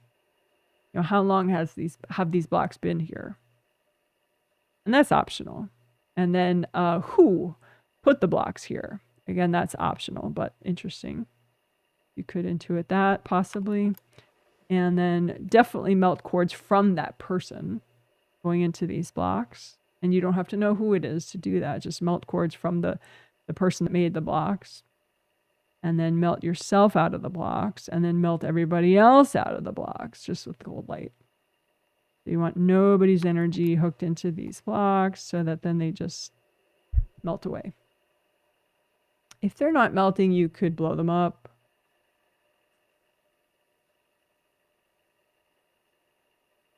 If they're really not melting, maybe you missed like a couple invasive beings hooked into them. So you say, angels, if there are any invasive beings hooked into them, can you please recycle them? Maybe you missed some cords from people. So just lots of gold light, melt everyone out, melt yourself out, your own resistance out, so that the blocks can melt away. And then just notice the GV meridian Wei Chi aura overall. Is it a little stronger now in that it has more volume of gold light? The gold mesh spheres are better able to do their job. You know, maybe the difference is very slight, and so you need to do more. You want to do it until you feel like that's a good amount of, you know, your Wei Chi aura or your GV meridian is strong enough. So find another grouping or single most taxing block in your GV meridian Wei Chi aura. Notice the location of it. And if you don't know where, just imagine the blocks. You know, just say, okay, well, you know, I'm imagining the blocks, run gold light through them. Say, angels, can you recycle any invasive beings hooked into all these blocks? Deep breath. And then, you know, you can notice optionally, you know, how old were you when you got these blocks? Was it in this life or a past life? Who were the blocks from? And again, that's optional. And then melt cords going into the blocks from the person who put them there in the first place. And from yourself, melt yourself out of these blocks and melt everybody else out, because a lot of people could be cording them just subconsciously. They'll melt everybody out so that the blocks can finally just melt away fully.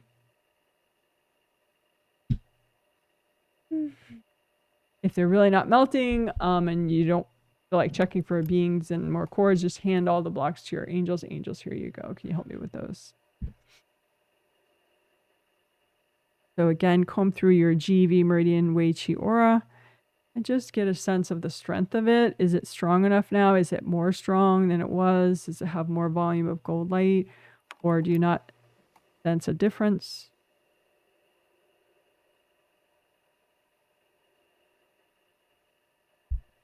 We'll do one more quickly. So imagine where the most taxing blocks are that are good to clear at one time in your GV meridian Wei Chi aura. Angels, can you recycle any invasive beings hooked into them? Breath. Melt cords from people going into them. Melt yourself out of them. Melt everybody out of them so that they can just fully destroy. If any of them are still there, just say, angels, can you recycle? Can you help me with these? If there are any invasive beings still in that area, you can say, angels, can you recycle any invasive beings in this area? And just comb through that whole Wei Chi aura that's to support your GV meridian, and just gold light through and get a sense of its strength. Does it have more volume of gold light than it used to? Is it enough to protect your GV meridian fully?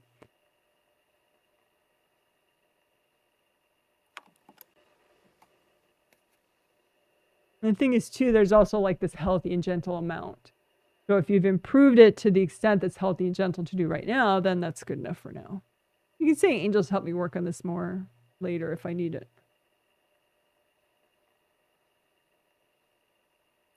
Okay, so now we'll do the same thing with your CV Wei Chi aura. Okay, so CV meridian Wei Chi aura starts in the crotch in the front and goes up the midline of the front and ends roughly in the tip of the tongue there. So just straight line up, real easy, right? So you can imagine your CV meridian, and ideally it would look like a red flowy tube full of your red life force flowing upward and your body's red life force flowing upward. And you want to make sure they're, use gold light, melt away any blocks, melt cords from other people, repair any leaks.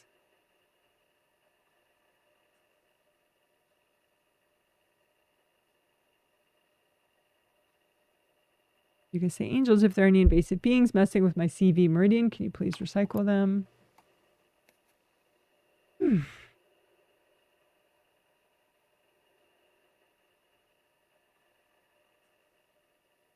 And you want your intention to be healthy and gentle, right? You want to unblock, repair to the extent that's healthy and gentle to do right now. Okay, so good enough. That was basic repair and unblocking of your CV meridian, the one in front that manages your yin meridians. So now we'll be aware just through your intention and or your vision, if possible, or your intuition, the one Wei Chi aura that you have as a spirit that's job is to nourish and protect your CV meridian. So it's just one of your Wei Chi auras that's all around you, hopefully filled with gold light. And it's devoted to your CV meridian to protect it, to nourish it.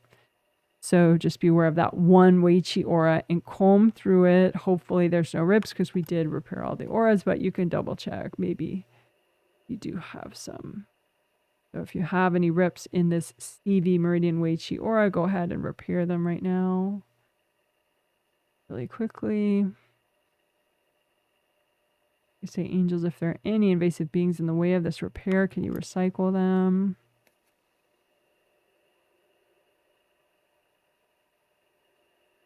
So let's say now you've done the repair, so there's no leaks. You've done sort of like the basic repair, but then there's the gold mesh spheres within your CV meridian, Wei Chi aura. And you want to make sure that they're all continual. There's no gap in them. There's no sort of valley of scarring in them.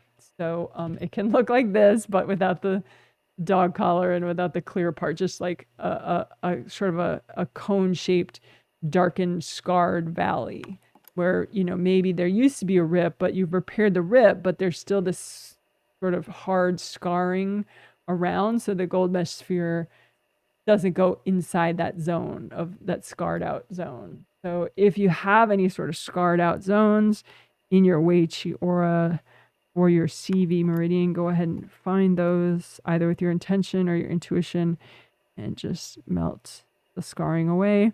You say angels, if there are any invasive beings in these areas, can you recycle them?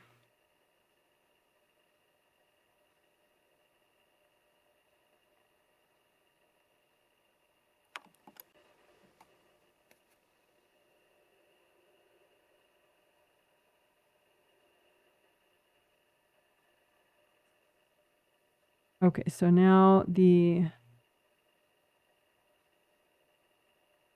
gold mesh spheres are likely continuous without gaps, right? So then now we will do what I wrote, which is clear the most taxing blocks within this particular Wei Chi aura for your CV meridian. So just with your intention, your intuition, or your vision, be aware of a set of blocks or one big block that is especially taxing, but would be, you know, good to clear right now. And just run gold light through it and just say, angels, can you recycle any invasive beings going through these blocks? And then melt cords from people going into these blocks. And, you know, optionally, you can intuit, okay, how old were you when these blocks got deposited here? Was it even in this lifetime? Who dumped these energy blocks into this CV meridian Wei Chi aura? That's optional. You don't have to know. But then melt cords, especially from the person who dumped the blocks in there in the first place. And then melt cords from everybody else going into the blocks. And then melt your own energy out of the blocks. And by then, they should just fully destroy. If they don't, there's just a little left over. Maybe you left some cords from people by accident. Maybe there's an invasive being that you forgot about. So just say, angels, you please recycle any invasive beings hooked into these blocks. And then if they still don't clear, you can just hand the blocks to your angels. Angels, can you help me with these?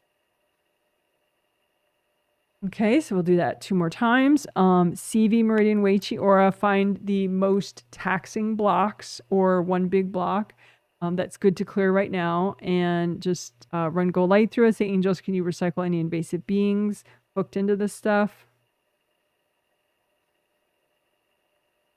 And melt cords from everybody out of it. And if you want, intuit, you know, how long has this been here, these blocks? You know, and definitely melt cords from whoever dumped the blocks in there in the first place. And melt yourself out. Typically that will cause them all to fully melt. If not, you could blow them up forcibly or just hand them to your angels. Say, angels, can you help me with these? Okay, 1 more time. And just notice too, do you notice any before and after? Like how strong is your CV meridian Wei Chi aura now compared to, you know, a few minutes ago before we started working this? How much volume of gold light is in this CV meridian Wei Chi aura now? Okay, so we'll do this 1 more time. A final time for this healing. Pick the most taxing blocks in this CV meridian Wei Chi aura, either one big block or a series of blocks, and just use gold light, run gold light through the blocks. Say, angels, can you recycle any invasive beings hooked into here? You can intuit all the optional stuff, like who and when, who dumped it here and when. And definitely melt cords from whoever dumped it there, but also from everybody else. And melt cords from yourself. Melt your own energy out of these blocks. Typically that's enough. That'll make it fully destroy. But if not, you could blow it up or hand it to your angels. Say, angels, can you help me with it? A couple deep breaths. Just get a sense of your CV meridian Wei Chi aura now as you continue to wash gold light through it, and just sense if it has enough gold light now, enough volume to fully protect your CV meridian and your, yeah, basically your CV meridian. Keep nourishing it and protecting it. And even if it's not enough yet, you know, did you create a healthy and gentle amount of positive change?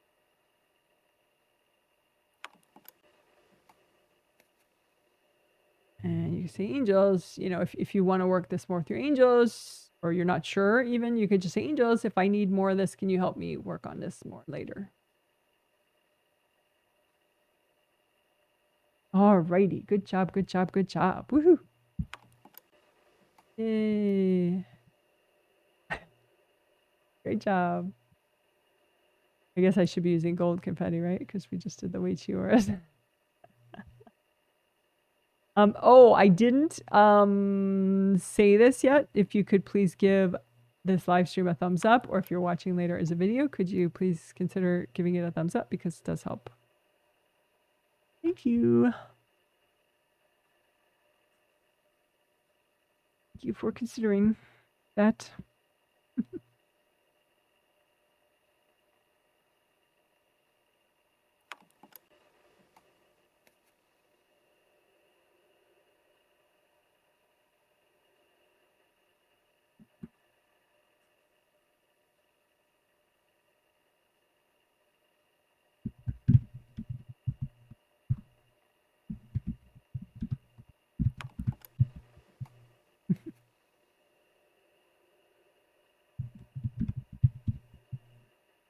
Okay, so I already talked about this, so this will be a doing section. But there is a discussion explanation section before the healing starts that has maybe mind barrier in the title, or conscious and subconscious mind in the title, that you will be able to quickly go to within a day when I make the chapters. So anyway, let's do it. So you can imagine your subconscious mind and your conscious mind however you want. You can imagine them as separate gardens that are touching each other and connected.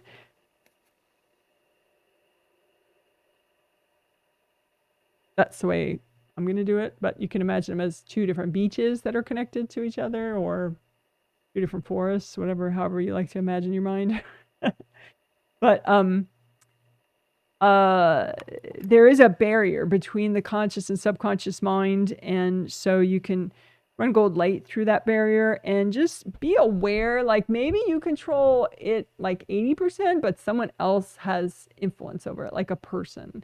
Because ideally, in my opinion, you'd want you to be the full person controlling this barrier between your subconscious and conscious mind, and also your angels.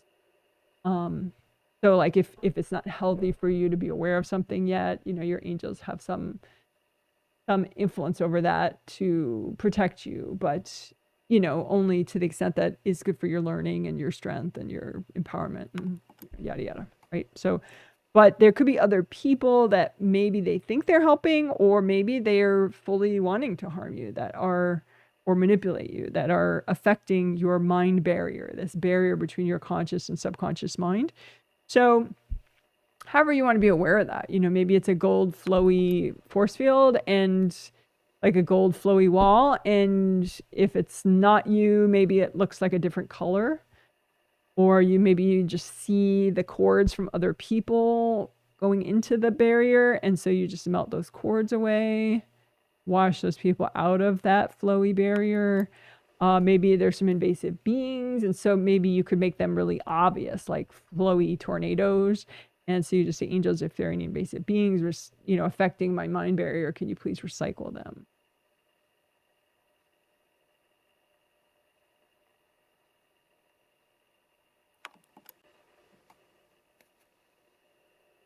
You can have people that maybe put devices, little chunks of energy in your mind barrier. So you could sort of collect all those chunks of energy in your mind barrier that are not yours, that are from other people, and you could just blow them up, or you could give them to your angels. But I think it might be helpful to kind of have some finesse and some flair as you do this, because for someone to put devices in your mind barrier, I mean, that's a pretty that's a pretty like entitled thing to do, or kind of like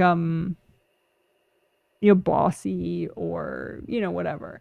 And so I think in general it's good to show that it's so easy for you to get rid of people's control, because ultimately, ideally, they just decide it's not possible to control you, or it's just not worth their time and effort because it's so hard to control you, right? You don't want to validate them and be like, oh yes, now you have crushed my life, good for you, because then they'll just be validated to like continue that behavior, right? So to have your flair and show yourself as a badass, you can just scoop up all the devices and run gold light through them and just melt them away into nothing. And flip your hair as you do it.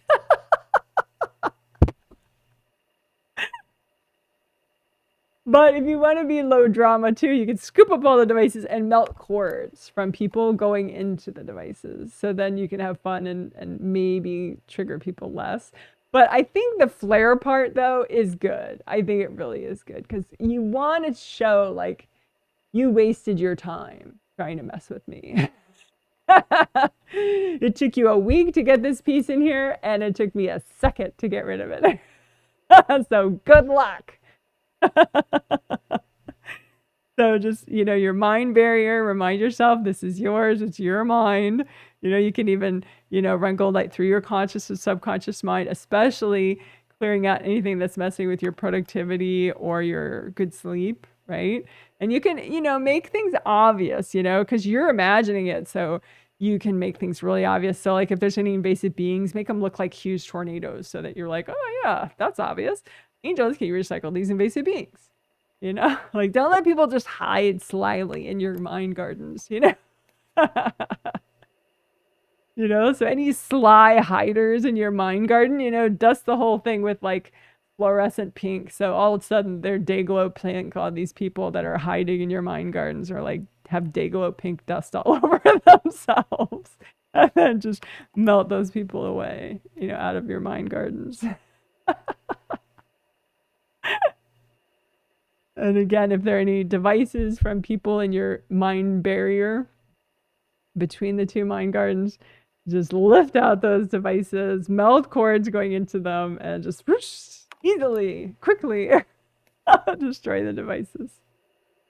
Because you want a barrier, but you want it to be yours, and you want your angels and you to be the only ones influencing this barriers, because there's a lot of wisdom that your subconscious mind is in your subconscious mind that could be useful for you today that you are ready to know,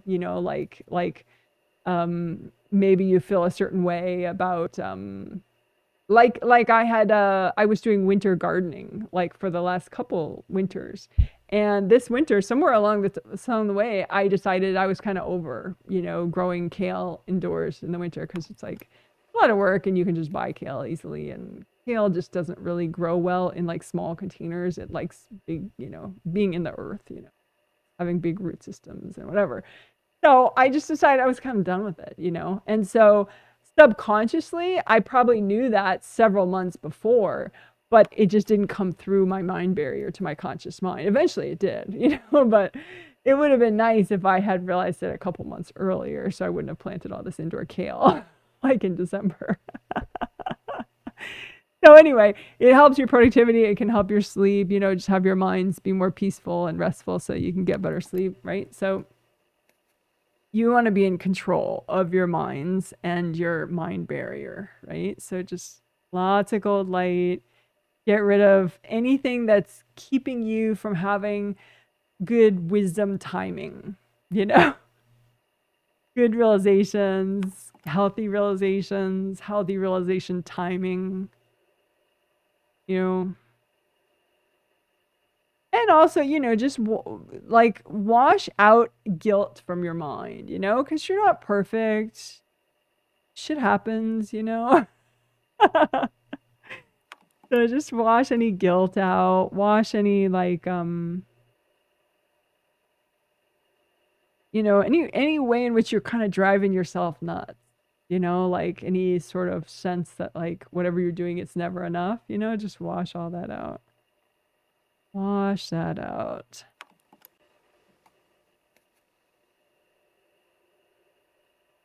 And again, wash any devices from other people out of your mind barrier, or melt them away, or lift them out and destroy them. Lift them out, melt cords from people, and destroy them.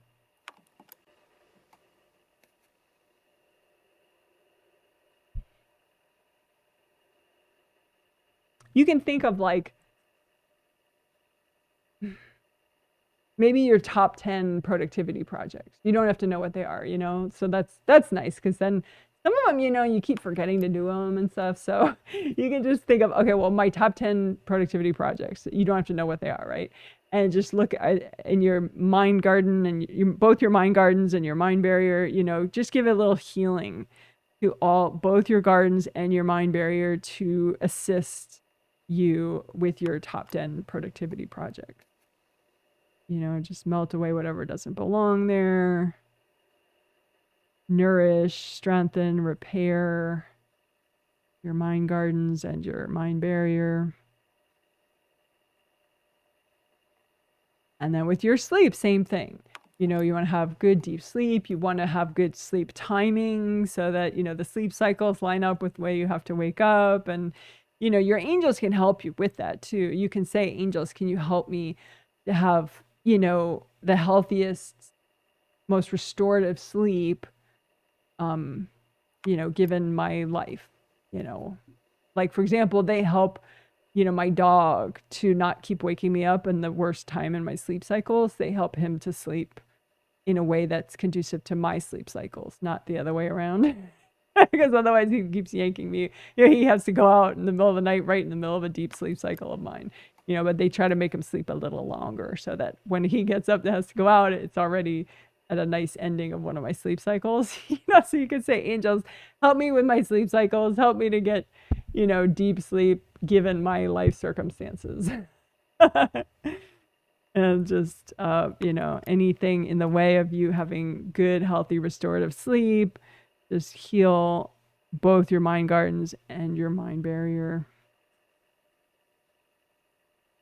Yeah, there could be little devices from people in your mind barrier that are messing with your sleep. Just melt them away, lift them out, melt them away.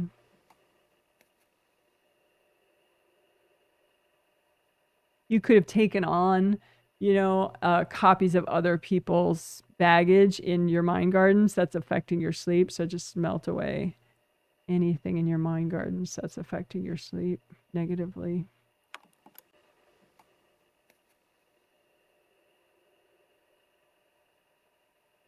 All right. Good job. Woohoo! Yay! So we can do garden-friendly celebration here. Yay! Good job. So that was mind barrier work, but it was also mind garden healing as well. Both subconscious mind, conscious mind, and the barrier in between the two. Just in general, and also to help our themes, good sleep and productivity. Woohoo! Hey, good job.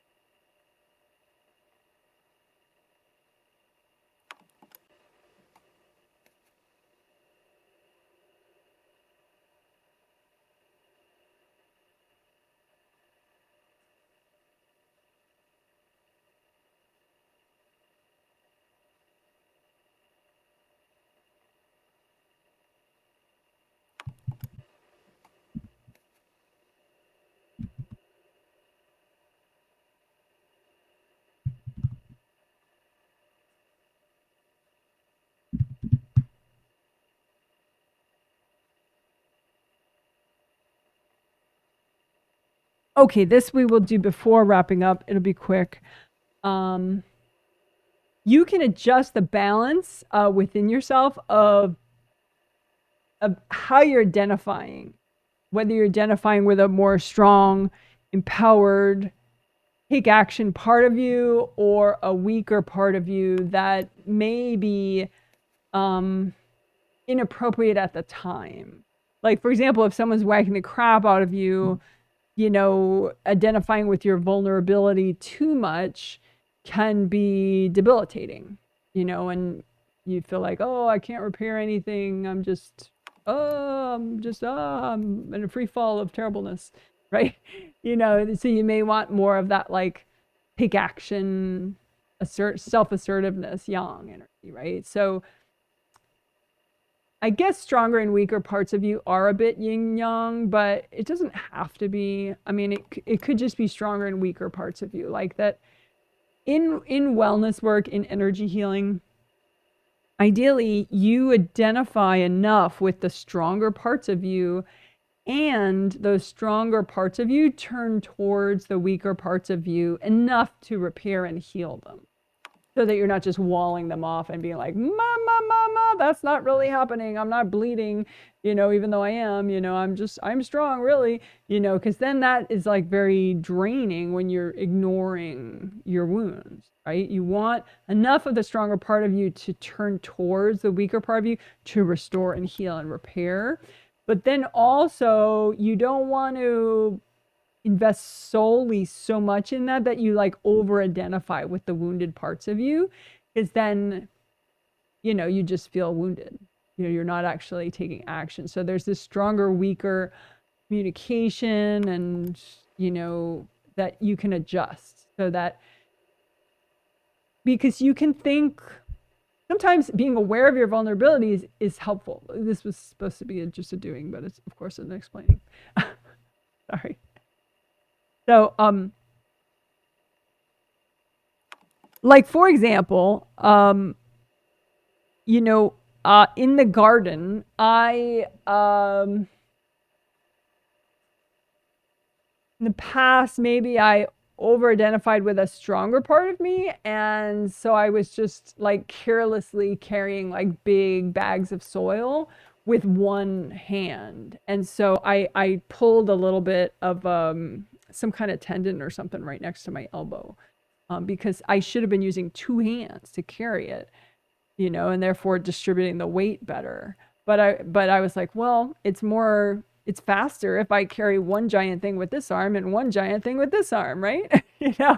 And so I was over identifying with a strong part of me and unaware of basic vulnerabilities that, you know, physical bodies have, that, you know, you have a certain limitation of, like, you know, what is wise and what is, you know, too risky, might get you injured, right?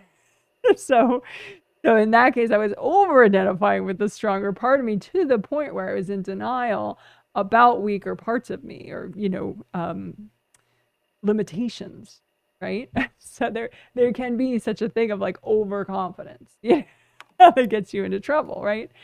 So anyway, you don't have to reason out all that consciously. We can just clear baggage in the way so you have a more empowering, healthy balance, right? So once again, much more complex to explain than to do. All right. So you can imagine, you don't have to visualize it, really. I mean, if you want, you can imagine like a strong part of you, and what does she look like or he look like, and what does the weaker part of you look like. But you don't have to put a negative on one or the other, you know. The weaker part of you could just need to sit and nap or something, you know. It doesn't have to be a part of you that you judge or dislike, you know. But anyway, stronger part, weaker part of you, and just imagine any baggage that's in the way, that's keeping your balance like non-optimal for you. So just go ahead and melt your baggage in your space that's messing with your stronger, weaker communication, and the balance of like how much do you identify with and how much are you aware of each side of you, right? So any baggage in the way that's making the communication unhealthy, or like disempowering or risky.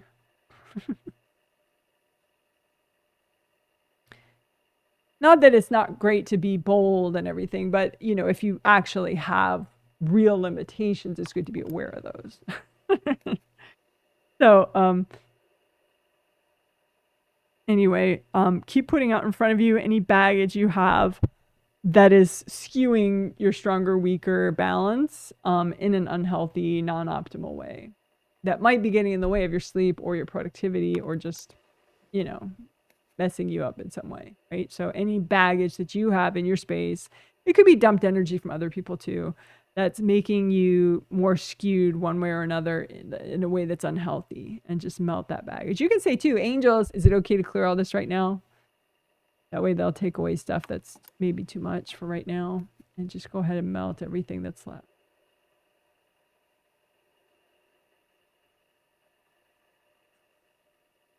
Because it could be that when you interact with a certain person, your stronger, weaker awareness gets really skewed in an unhealthy way.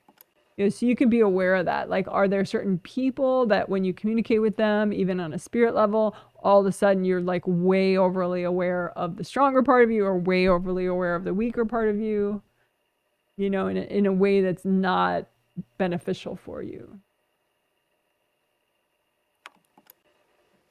And, you know, you can just put the baggage out in front of you that causes you to have a non-ideal stronger, weaker balance, and just melt that baggage or blow it up.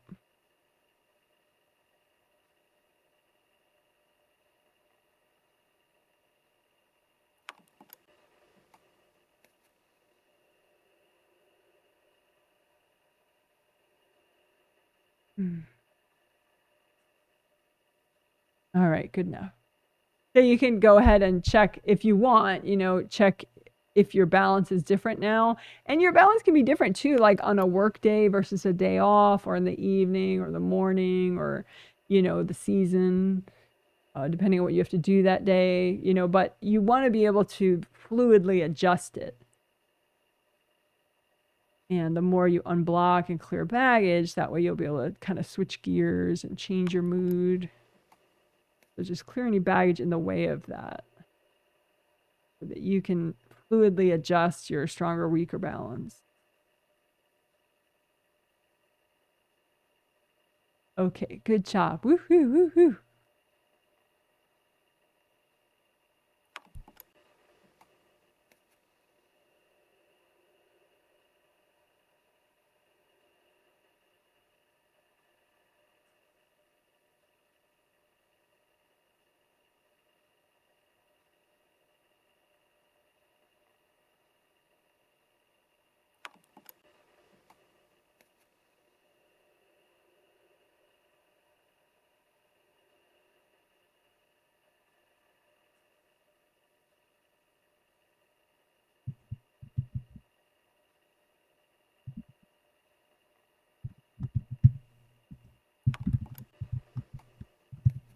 Okay.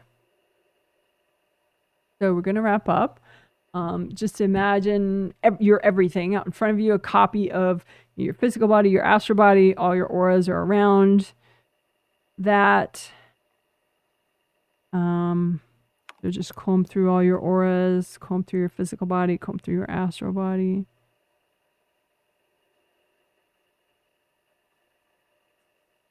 And let your body relax.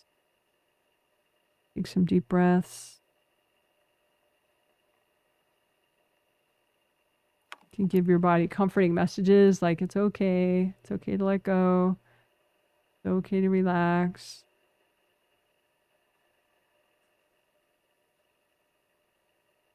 You can comb through both of your groundings with gold light. You can sweep together all the energy blocks in your groundings and melt them away with gold light. Sweep together all the blocks, melt them away with gold light.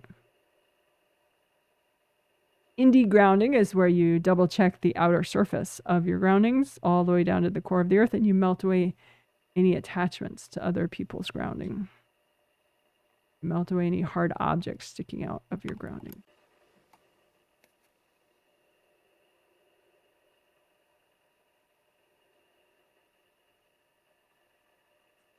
Alrighty.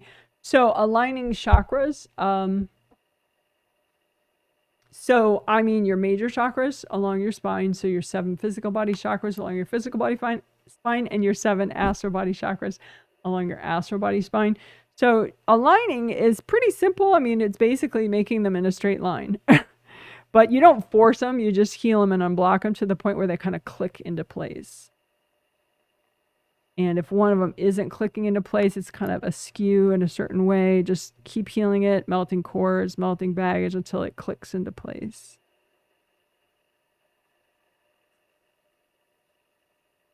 And each of these chakras has a gold force field around it.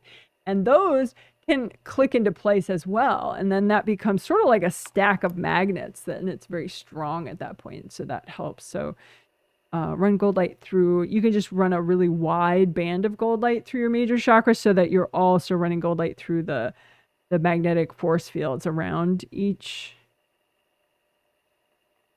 chakra, just so those can click into place too.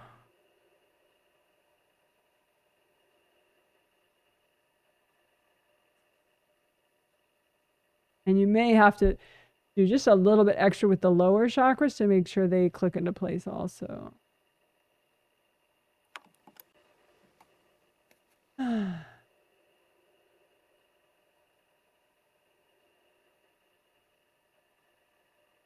Okay, so that was sort of quick chakra alignment.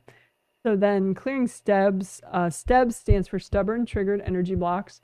Blocks that are still triggered even though we've done 1.5 million things to clear them.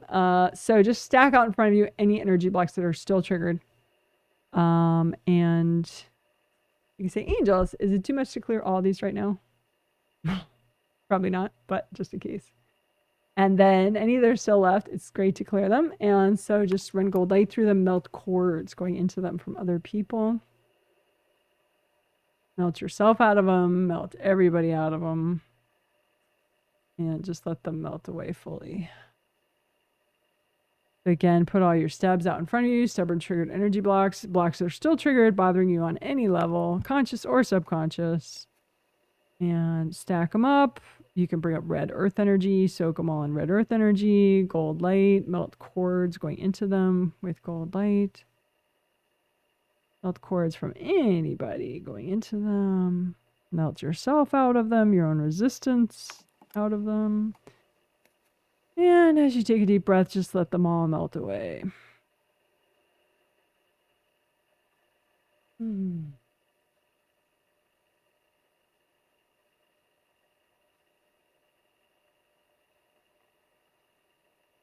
So as you wrap up, you just say, angels, can you help me wrap up this healing? Angels, can you help me with my productivity?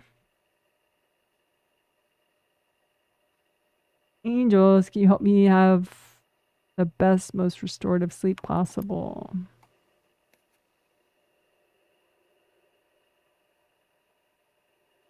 All right. You're a rock star. Great job. That's a healing. Woo, woo, woo, woo. Great job. Yay. All right.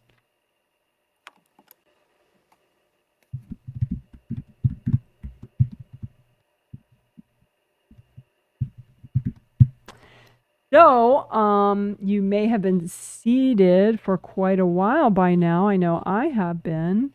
So, if so, maybe you might want to do a little stretching right now. Just a little gentle stretching, even if it's quick. I know my chiropractor says if you're seated for even a half hour, it's good to get up and move around a little bit. I think he says like certainly if you're seated for an hour, but even just a half hour would be nice for your body to move around.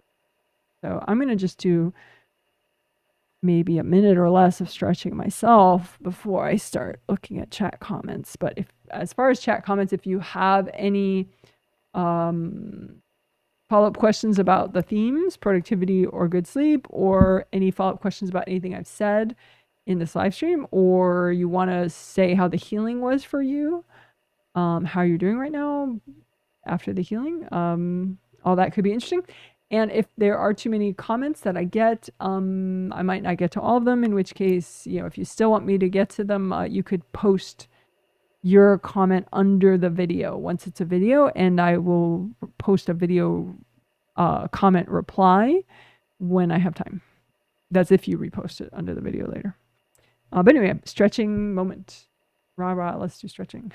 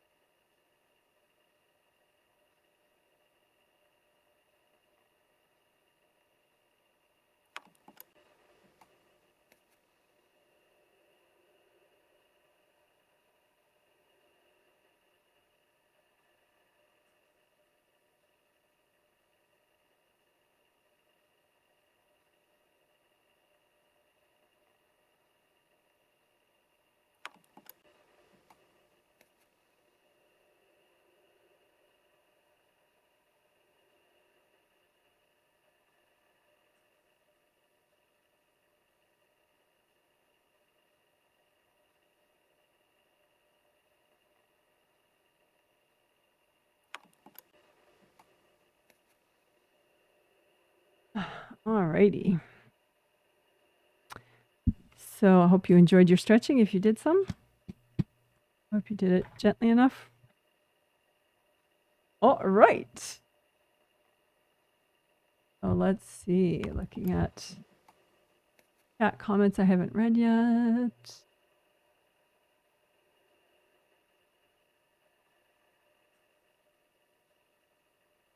Someone says, I had a fall playing pickleball, hit my knee, ribs, and right cheek on the ground.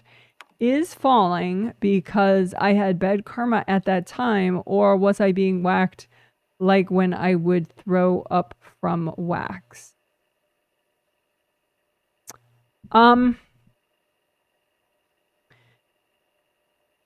For about a minute or two before you fell, you were not in your third chakra. So you were only in 7 and 6 and 5.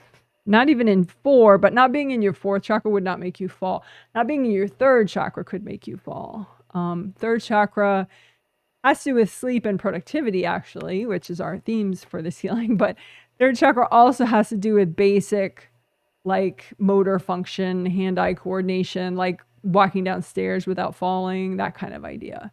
And so if you're not present at least in 7, 6, 5, 4, 3, you're at more risk of falling, or doing some like lack of coordination kind of thing. It's not always the reason, you know, like I can drop something, and that may have more to do with like, you know, my hand coordination, which maybe had to do with like my tree trunk areas were too blocked. So I wasn't in enough to have enough hand control. You know, so that in, you know, some cases it's not a 3rd chakra issue, but in your case, it looks like it was.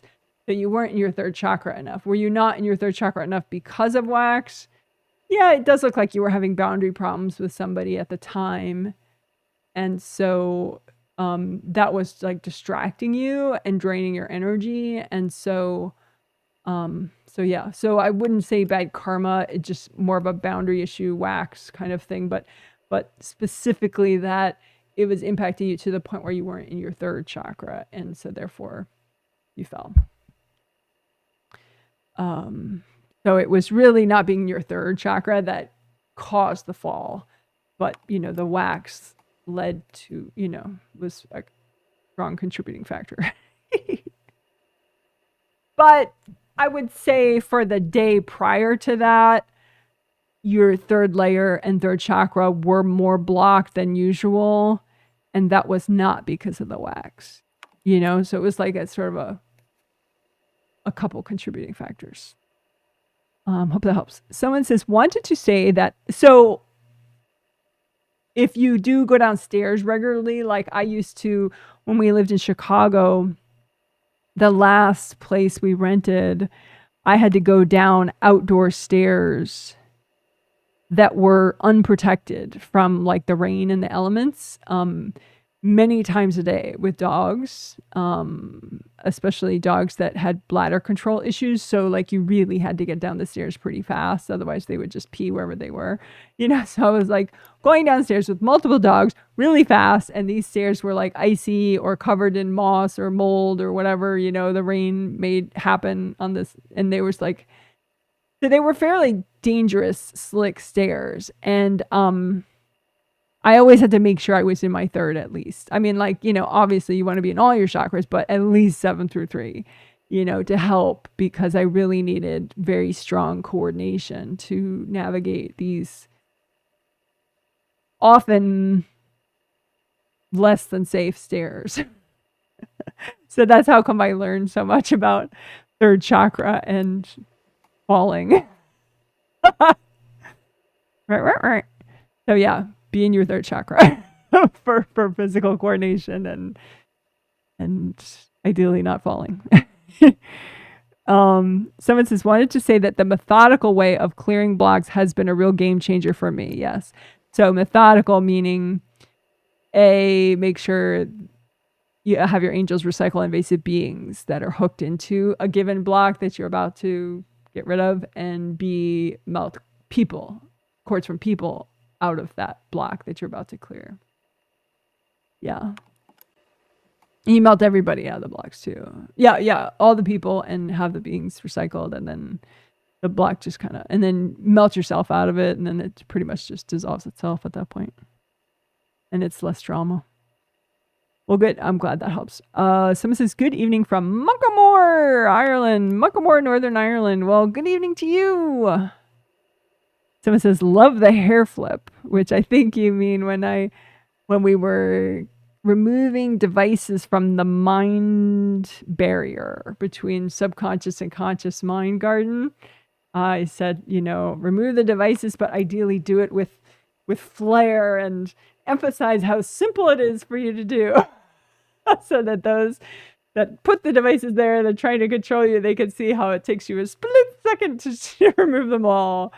So that they hopefully despair in their efforts. They give up on trying to control you because it's so easy for you, so simple for you to clear them out. Someone says, good morning. I slept in today. Well, that sounds nice. I hope you had wonderful sleep. Someone says, thank you, Janet. Somehow today's healing triggered me a lot. I feel empty and numb right now. Keep unblocking my grounding and the 4th chakra. I know that sometimes these healings can be triggering for you. And I do have some clients that it's like what they most need, they're most triggered by regularly all the time. So it's like the best topics for them. Initially, they kind of have a freak out about. But in this case, I think you're having a completely independent boundary issue with somebody. Looks like your daughter, who interestingly did get the healing as well. So what's her deal? Let's see if there was a certain part of the healing that she... Oh, interesting. Tree trunk blocks. Isn't that interesting?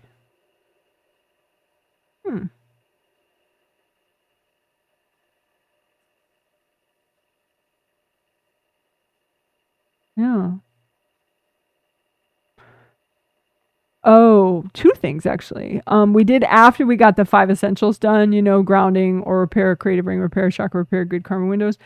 Those are the 5 essentials. After we did that, we did a political related unblocking, clearing baggage that you have triggered by any political situation going on in your country or other countries.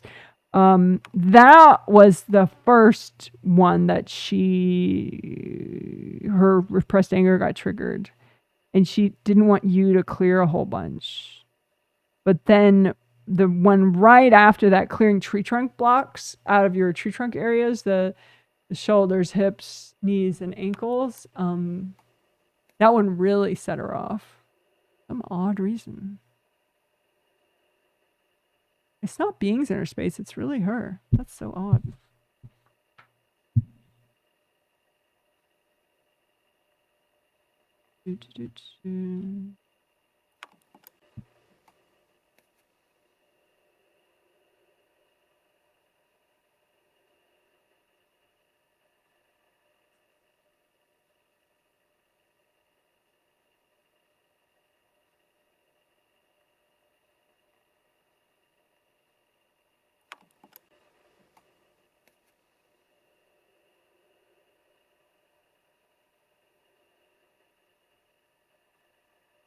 Okay, so your daughter has had several past lives where she had really antagonistic relationships with her mother, but it wasn't you in those lifetimes. But she tends to forget that and like rage at you, even though it wasn't you in those lifetimes. I mean, you've known her in past lives, but you've kind of had some really positive lifetimes with her and some kind of blah, like mixed bag kind of lifetimes with her. But you've never had like a really negative antagonistic lifetime with her.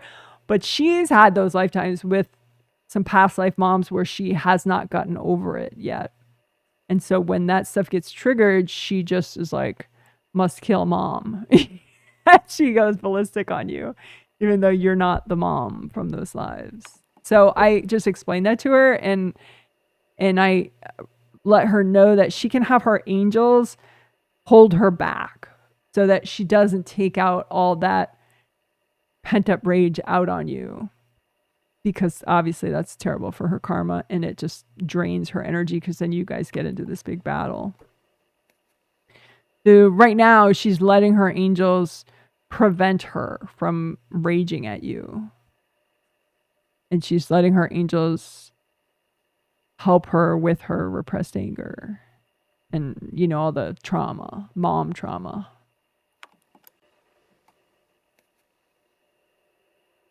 I think that's something you have in common with her. Not that you were the mom that oppressed her, but that you also have oppressive mom lifetimes, and your mom in this life is a trip as well. So that's like a match that you have with her, that you've both had lives where your moms have been like oppressive or bullying. So that's usually not optimal, where you share baggage with somebody else, like you have baggage in common with them, because then you guys trigger each other. So you could work on clearing that, like your baggage on, you know, your present and past life baggage around having moms that were kind of unkind or unsupportive or just outright abusive. You know, so just clear that baggage, clear like bully mom baggage kind of stuff, you know, just keep clearing. So, I don't think the healing in itself would have triggered all that baggage for you. It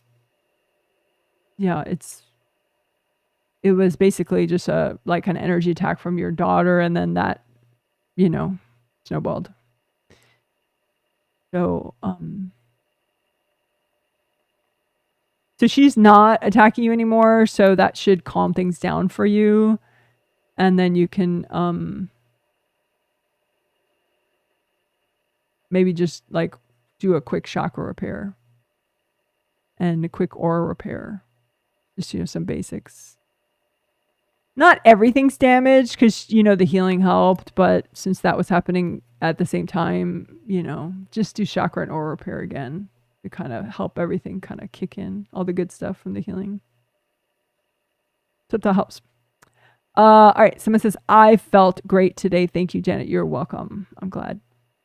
Someone says, thank you for the healing. I've been feeling much better mentally in many ways, but also dealing with a lot more physical pain and crying a lot lately. Any guidance to best support myself? Sure.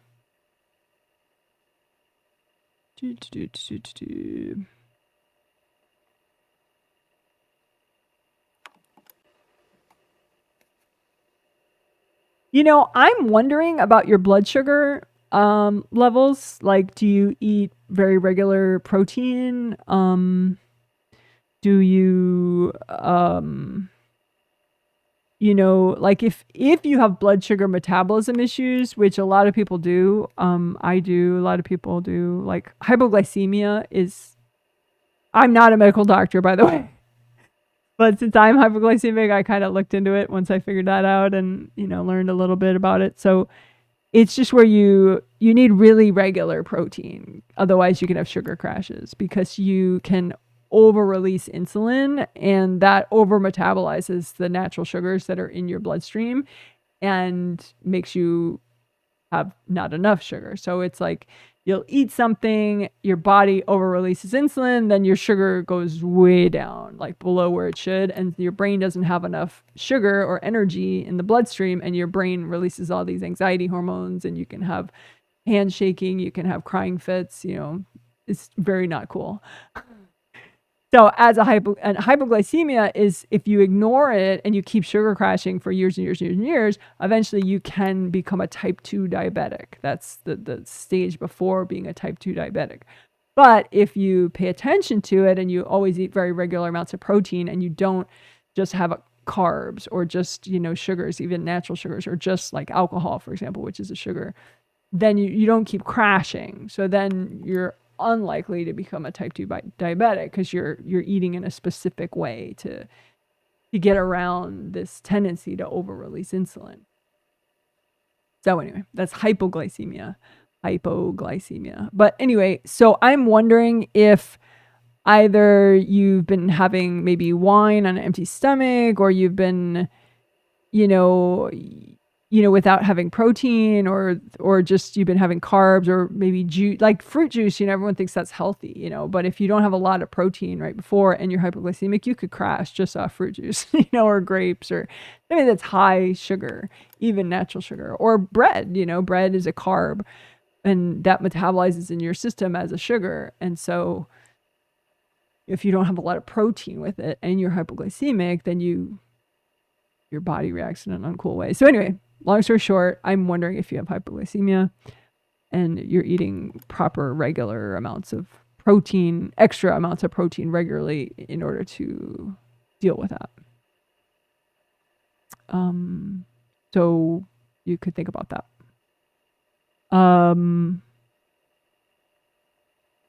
The physical pain, I don't know why that is. I'm wondering if you are getting any physical level support, like a chiropractor or an acupuncturist that could address that more expertly than me. And if you are able to, would you consider that? It's just food for thought. I'm not telling you to do it, but you know, sometimes energy healing can definitely help physical things, but to a point. Sometimes something is so physically manifested that it's just easier to work it with a physical level practitioner like acupuncture or, you know, chiropractic to figure out what's going on. But, you know, always, you know, what you're eating can be a culprit.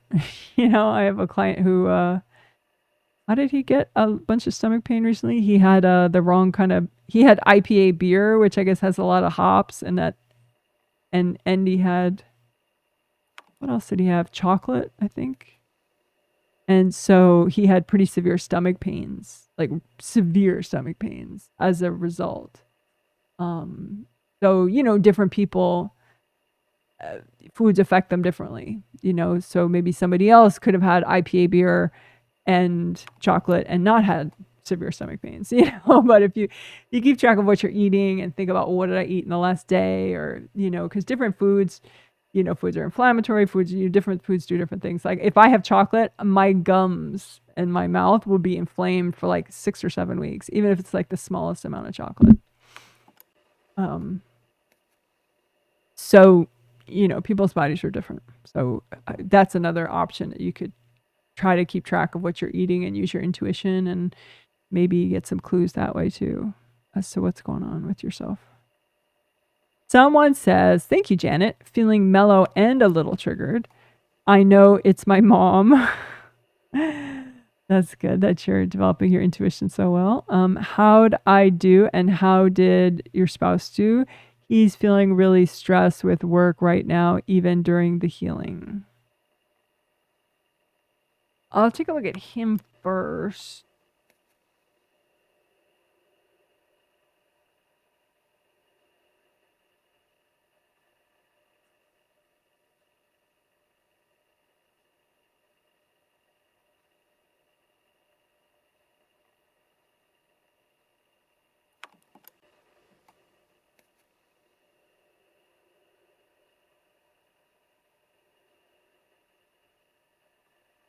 You know, your husband's having some boundary issues with somebody at a first chakra level, but it doesn't look like you or your family members or his family members that I know, and I know quite a few, because they get healings. But somebody, he has first chakra issues with somebody, maybe work related. But I'm just showing him how he can have his angels help with that.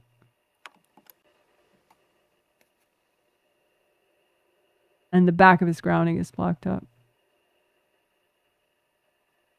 So he's going to have his angels help him with that. So as far as you, otherwise he did fine.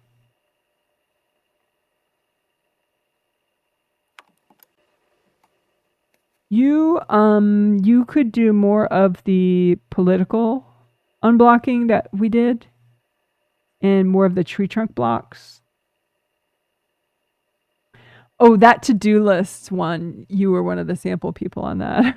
I mean, there were a bunch, of course, but so thanks for filling out your survey, and that's how you were one of the sample people.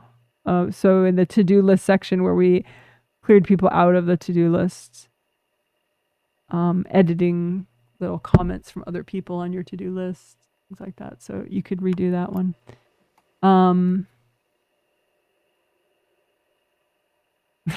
Your mom is kind of screaming at you. She's like literally telepathically like, whoa. So I'll let you talk to her, but you know, just have a little park bench moment with her.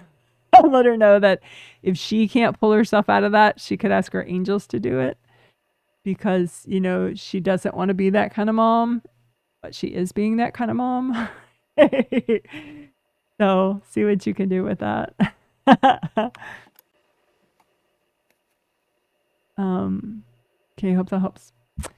Someone says, thanks, Janet. I've been really productive lately on things I've been avoiding. Yay. Excellent. Oh, I lost your comment. I'm looking for it again. Okay. Any angel advice for what to work on, especially to help sell our house? And then how is your spouse doing with his family members? Well, the spouse, I can read him first. He was one of my sample people with the to-do list section.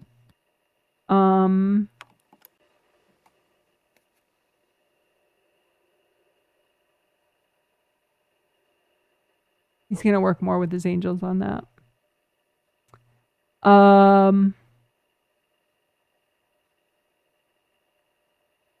His family members. He has pretty good boundaries right now with his ex-spouses. And his kids.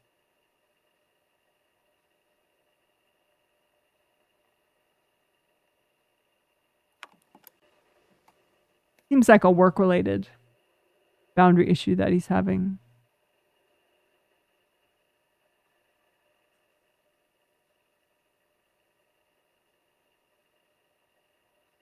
You know what? It's a house selling related. So if you line up like all the house selling related people, like I don't know if you already have a realtor or you just have family members that are opinionated about. Oh, that could be it. Yeah. Your mom is kind of trying to be in both your spaces about that, you and your spouse. So anyway, I mean, as far as the house selling, you guys are still working it out on the astral. So it's not quite finished on the astral yet. There's energy blocks that your angels want you to clear as part of the house selling moving experience. So you could just proactively work on those, like call them house selling energy blocks, that you and your angels are picking that would be ideal for you to clear. Do people sell their houses without clearing blocks? Sure. But, big things like that can be used as a cathartic jump forward on your path, and so just put out in front of you, day by day, the blocks that you and your angels pick that would be ideal house selling blocks to clear.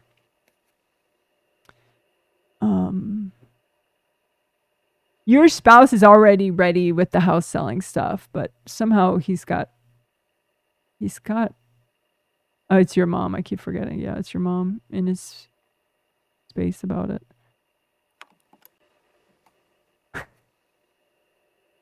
I think it's like, how to deal. Sometimes better how to deal with her on a spirit level. You validate that she wants individual attention, whereas he's like, get out of here. You have nothing to do with this. And then she just goes berserk on him for an hour.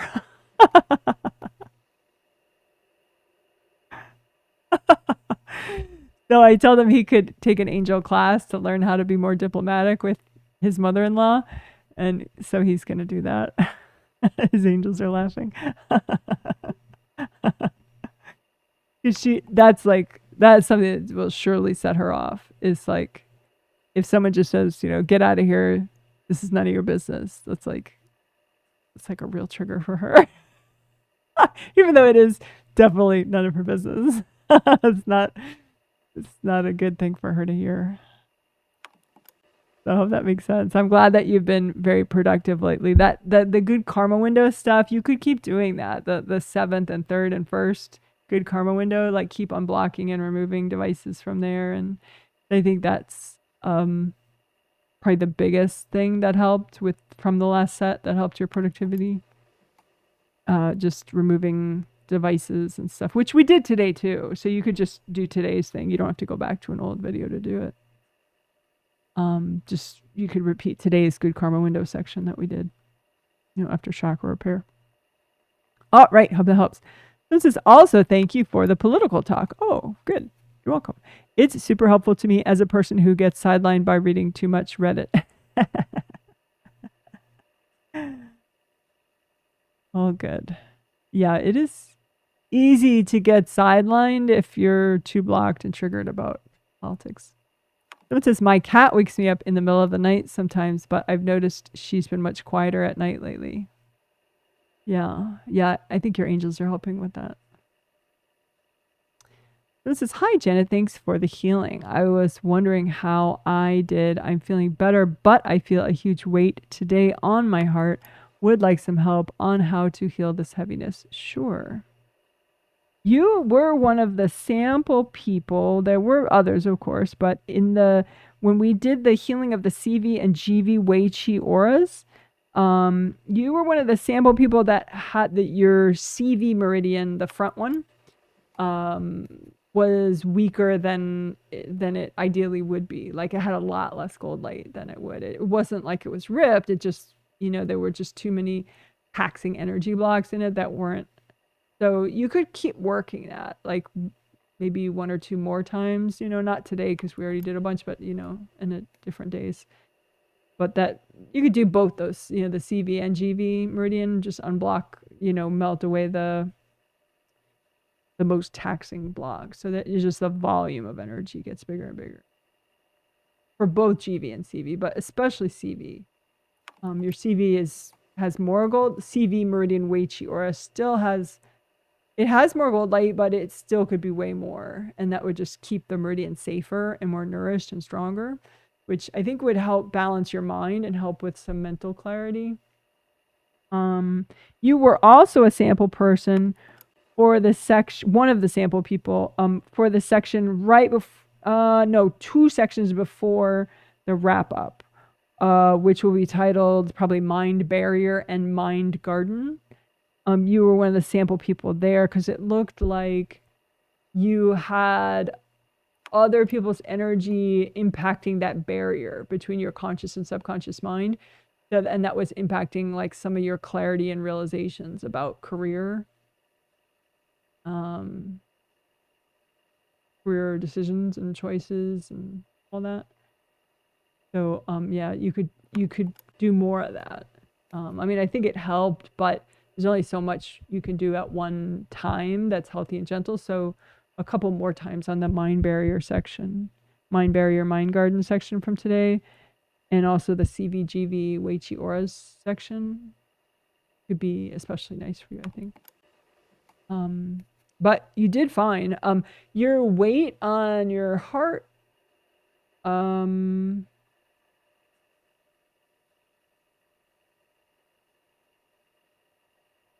it just looks like physical 4th chakra in the front. Like there's a couple hard objects that are, the 4th chakra isn't damaged anymore, but the hard objects are still there. So they look kind of like chubby logs just sitting here, like maybe this long, just like sitting there. So you can melt those away, just hard objects in front of your physical 4th chakra so that the 4th chakra river can flow properly. Because it's like one side of it is just too blocked, the 4th chakra. It's not damaged, like, you know, there's nothing broken, but it's a little clogged because of these hard objects that are still there. Hope that helps. Someone says, I feel pretty relaxed. Thank you. You're welcome. Regarding sleep, I feel like I haven't been improving at all. I do notice a shift when I switch over to my kid's bed. Feel less calm and can fall asleep for a little bit. I think you feel more calm in your kid's bed, if I'm remembering your surveys, right? May I please have angel advice on what may help? I've tried cleanouts and healing my legs. Thank you.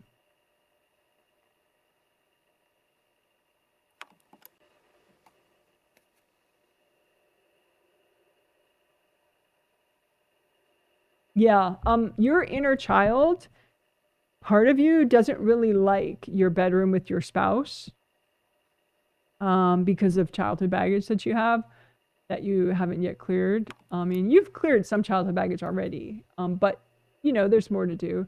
And even if you clear all the childhood baggage, you still have a, you know, even just a healthy inner child part of you. And your bedroom isn't really fun or supportive to that part of you. And that part of you is a big part of your spirit. And so that part of you isn't so present when you're in bed with your husband, even if it's just sleeping with your husband, you know, like literally trying to sleep, fall asleep, you know, in the bedroom, in the bed where your husband is. So rather than having to sleep in your kid's room for the rest of your life, I mean, you could keep working on clearing, you know, childhood baggage that gets triggered around being married and having a husband. But B, you could put some cute things in your bedroom. Like we have a, you know, like you can have like little stuffed animals and stuff in your bedroom. You know, it doesn't have to fill the room, but you know, just little things that your inner child, it can be like an inside joke, you know, maybe that is just for you, you know, and you don't, your spouse doesn't especially notice it, you know, maybe, but you know, just little things to make the room cute and supportive. Your inner child can help, you know, your inner child feel safe in that room. I don't think like there's a big issue with like being invasive beings of your husband's, because I think previously that was the case, but you've made him get clean outs on an energy level.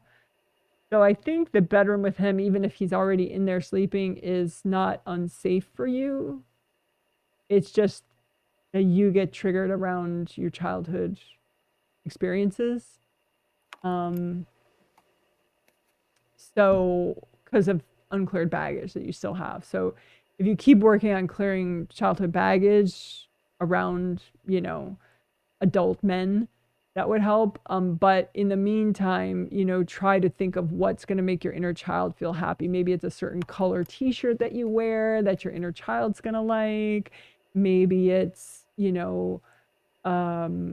even like the bedtime process, maybe your inner child wants a different color toothbrush, or maybe your inner child wants, some kind of comforting thing that you might do for your kid, but you don't think to do for yourself. But your inner child really wants. Hope that makes sense. Like some kind of decorating things, even subtle, or clothing or bedtime process thing. So hope that helps.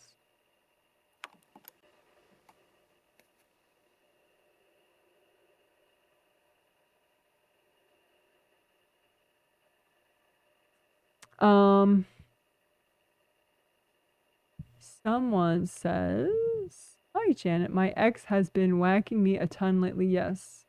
Any suggestion?" You were one of the sample people for that stronger, weaker parts of you thing that we did in the healing, like right before the end. The stronger, weaker parts of you. Because when you interact with him, even just subconsciously on a spirit level, it's like the weaker part of you is like you over identify with that. And so you can like feel every insult he ever told you, and, every way he was unsupportive, which, did happen.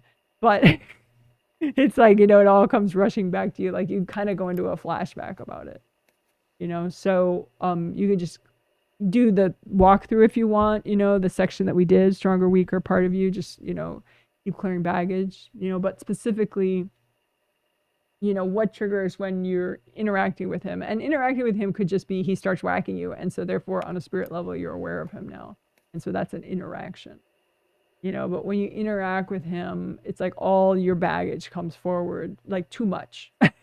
So you could just keep clearing more of it, but also like tune that stronger, weaker balance, so that you can be aware of how far you've come, how empowered you are now, how much more you think for yourself, and you're proud of yourself much more than ever before.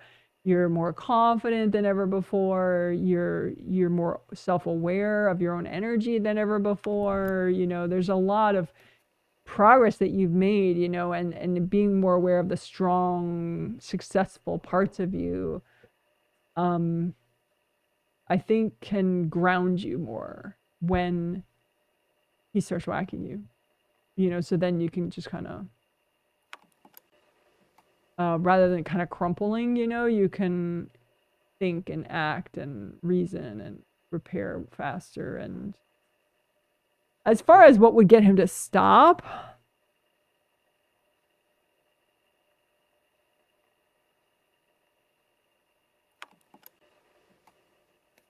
that's karmically clean.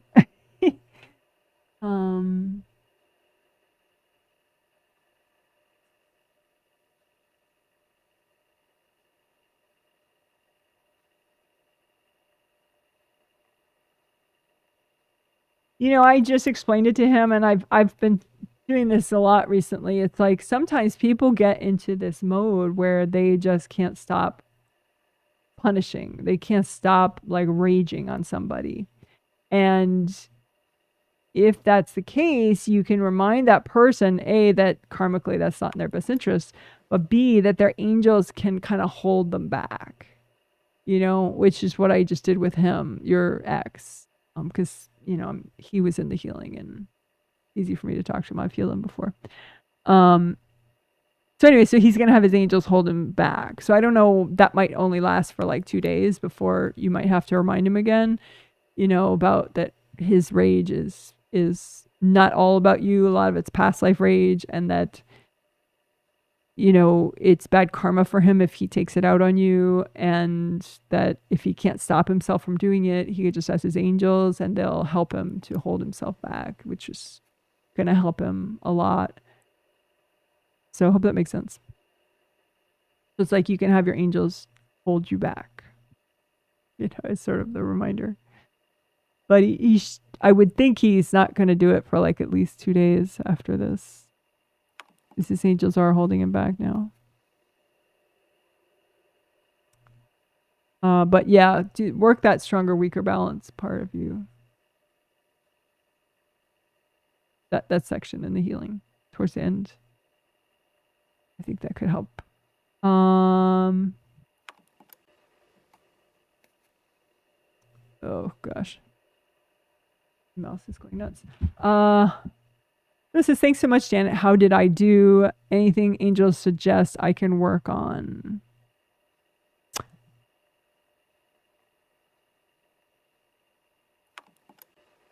Your angels do like the part I just suggested to the person above you, which is that stronger, weaker parts of you, right before the wrap up, right for the end. We did that section. You have a lot of physical challenges, of course, but you still have like all these life responsibilities and you have to heal yourself enough. And, it's complex. So I think that could help if you pinpoint any baggage in the way of your stronger, weaker parts of you communicating and interacting, and in the way of you being able to fluidly adjust your balance when you need to between your awareness of the stronger parts of you or your awareness of the weaker parts of you. So that section is like far and away the favorite section of your angels from this healing. Also, of the GV and CV Wei Chi Auras part that we did, clearing the most taxing blocks, your CV meridian Wei Chi Aura especially is like way weaker than your GV meridian Wei Chi Aura. So that's something you could work on. You could do both of them, but especially the CV Wei Chi Auras. They'll be separate chapters right next to each other.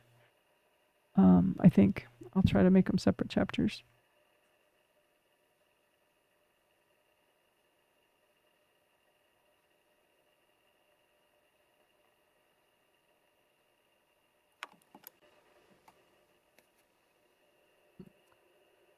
So yeah, those two would be the best sections from this healing.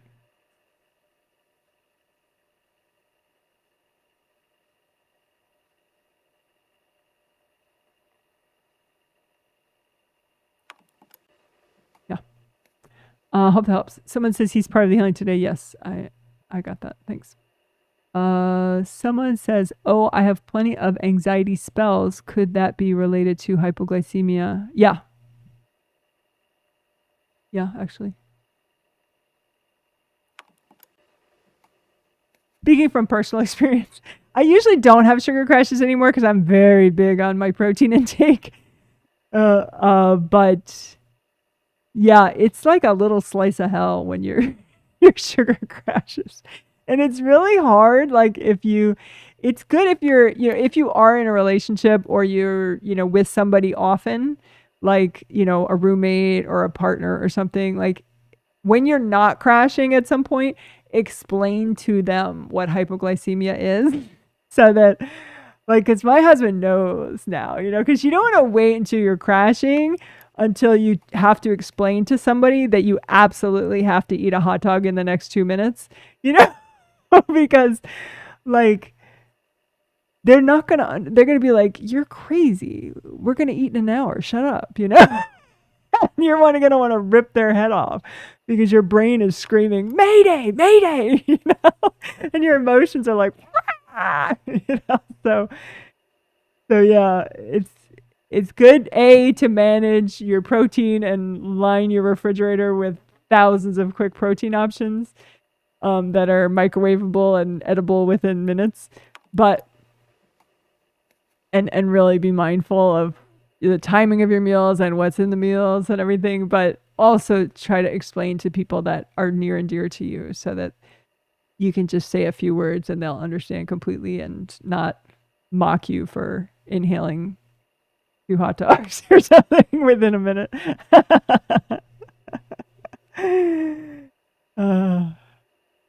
So we have like all these, you know, chicken sausages in the fridge, and we have beef sausages in the fridge, and we have hard-boiled eggs from Costco in the fridge. Like they sell like these packages of like these little 2 packs of hard-boiled eggs. There's this entire container of like a ton of hard-boiled eggs that are like in little serving size packs, you know, and so I'll heat those up by soaking them in hot water, you know, like hot tea water. We have a hot tea water kettle that always has hot water, and so I'll soak the hard-boiled eggs in hot water for a few minutes just to heat them up, and then eat them with salt or something, or you know, like I said, the sausages, or you know, or like an actual meal. Like I'll have a protein-based snack that's like rice and a ton of sausage and whatever else, you know, but the protein has to be significant. It's not that you can't have carbs. I mean, at first, when you've been crashing so often and because you didn't know you were hypoglycemic, then you can't have a ton of carbs even when you have a lot of protein.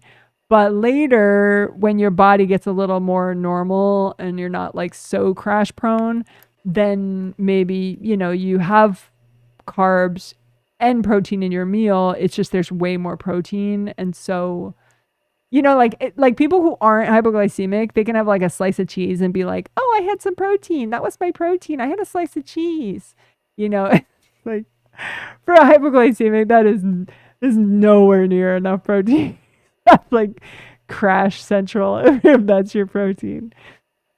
So anyway, enough on that. But yes, that is something that you personally could definitely look into seriously.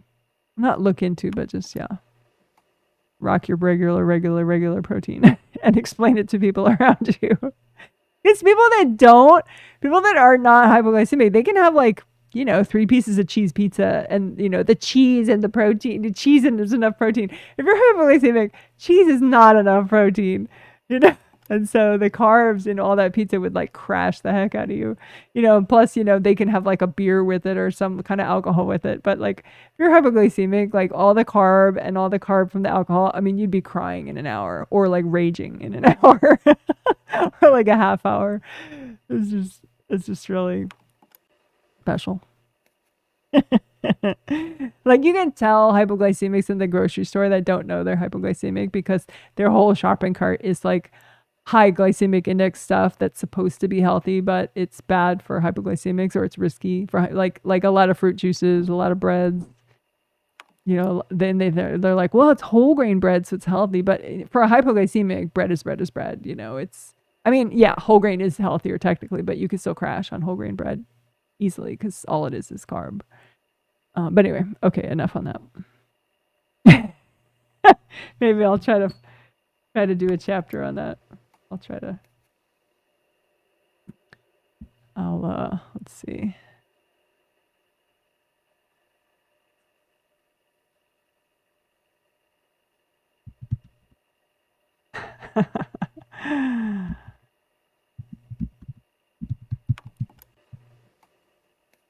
So that was actually the second time I was talking about hypoglycemia. So I don't know if I'll be able to find the first time, but there were 2. So maybe I'll be able to find the first one and make it its own chapter.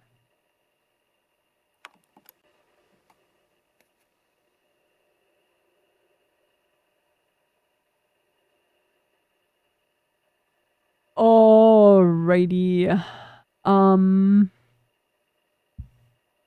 Let's see. The first time I talked about hypoglycemia,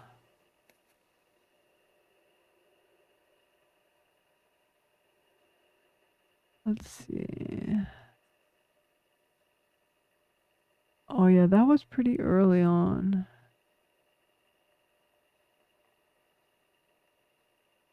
Okay.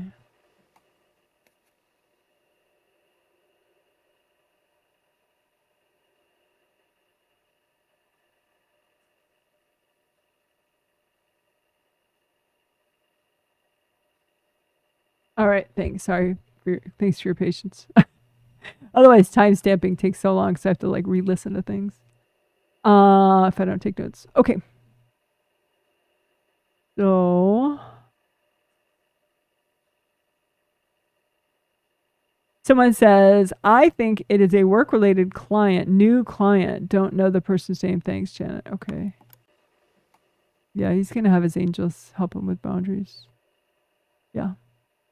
Someone says, so interesting. My hands literally started shaking right before you said hypoglycemia. Yeah. Yeah, my hands used to shake when I, like quite a bit when I, because I would sugar crash. Because I didn't know I was hypoglycemic until I figured it out when I was about 30, I think. But before then, whew, this bumpy ride, crashing all the time. Because you don't know and you crave like sugar when you're crashing. But if you have sugar when you're crashing, you'll just crash again even more epically, like in a half hour or an hour after that. You're supposed to have protein when you're crashing. Well, ideally way before you're crashing. But you're supposed to have protein, but then you have to like wait for like 5 or 10 minutes until it kicks in, which is kind of hairy. But that's the only way you're not going to crash within an hour after that. So you have to just be strong and, scarf a ton of protein and just wait for your brain to be happy again within like 10 minutes. Or take scarf a bunch of protein and then take a nap so that your body just, by the time you wake up, the protein will have kicked in. It's another option, but yeah. Cool. So I guess your angels were trying to make it extra obvious that you need to pay attention to the hypoglycemia stuff. Yeah, it's a real game changer to be aware of it and to eat, in a way that accommodates it. It makes things much easier in life for your brain to be not firing off all sorts of anxiety signals because it doesn't have energy because you're crashing. Someone says, is the inner child a big part of everyone's spirit or more for some people and less for others? That's a good question. It could be depending on the lifetime, I would think. Yeah, I think it would depend on the lifetime. It could depend on the spirit as well, like the different person. But I think a person, based on what they have to deal with in that lifetime, and that it could be part of like pre-life planning to like amp up a person's inner child aspect or to amp it down. So that, like to sort of set their personality for the lifetime. I mean, not like set as in set in stone, but, to kind of set their default, maybe. So yeah, it would depend on the person and on the lifetime. But yeah, inner child is important. Much more important than people generally take into account. Innocence, vulnerability, inner child stuff.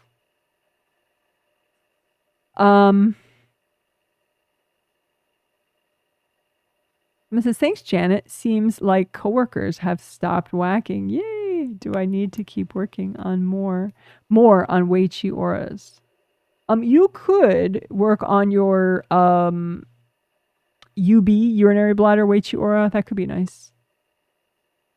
Urinary bladder meridian Wei Chi Aura.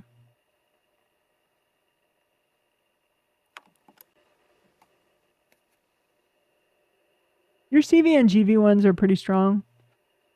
No other one jumps out at me right now other than the UB one. Maybe the gallbladder one too. So urinary bladder meridian UB and gallbladder meridian GB. That's the ones your angels are mentioning. But that's awesome that your coworkers have stopped whacking. I think that's, you've changed. I think it's like you're more aware of all their subconscious agreements to do things the same, and you're I think before you were like not following all their subconscious rules, but you weren't really aware that you weren't following them, and you just sort of assumed a lot of times what people say is not what they're doing, you know? And so you kind of went with what people are saying, which is, you know, oh, we're all free individuals and we're all, you know, completely supportive of each other's differences, you know? The reality is, you know, like that, there's a limit to that, a very hard limit in that office. And so now you're more aware of that. And so you're able to have a level of diplomacy that you weren't able to have before, because you're more aware of like all the subconscious agreements to sort of march in line that, you know, you don't obey, but at least now you're quieter about not obeying. So yeah, they're not so triggered by you. So this is very interesting. Thank you. I thought that my daughter waxed me only when I cored her first chakra. No, there are other times. Also with her, it feels like we could be sisters in past lives. You've been like sisters. Yeah, not genetic sisters, but you were genetic cousins, like first cousins in a life. And she was your aunt in a life. But like one of those families where the aunt is only like 8 years older than the other person, you know? Like, because they're siblings of all different ages. And so the aunts and the nieces are not a big age difference. So yeah, you had 2 of those lives with her. All right, well, cool. Let's see, anything else? I think, I do have a cute update, actually. No cute photos to go with it, though, unfortunately. But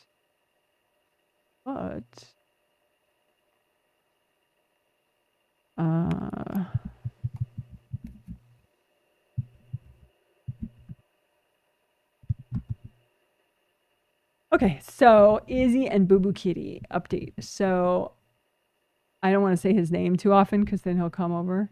But IZZY, he's our dog, and he's a senior beagle. He's cute. I think you heard me say his name the first time. And BooBoo Kitty is our cat, who still is in that mud room, our laundry room right there. She hasn't come out yet, but we're ready for her to come out now. We're just sort of, we don't want to force her out, you know, and so we'll like, so starting two nights ago, we would like open that door at night, and we were just watching TV like over there and watching that TV. And so we thought if we just leave a trail of food, you know, and our dog is in his crate, you know, closed in his crate so he can't come out, that she might just follow the trail of food and then be like, oh, well, finally I'm in the nice house. Let me just stay out, you know, but she didn't.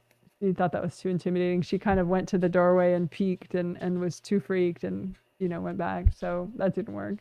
So, but then yesterday we did it differently, and we opened the door and we sat in the doorway because we're used to going in there and sitting on the floor in there and feeding her, and we make her come to our lab to eat so that at least she has, you know, direct physical contact with us when she's eating to help acclimate her to us.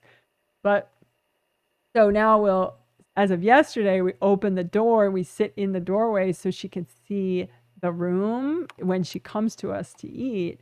And we have our dog in a big crate, like right almost where I'm sitting, so that he's closed in there, but he's facing her.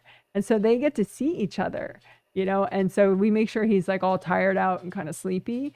So he just kind of looks at her, and then she looks at him, and then she eats while they're looking at each other. And that's gone very well.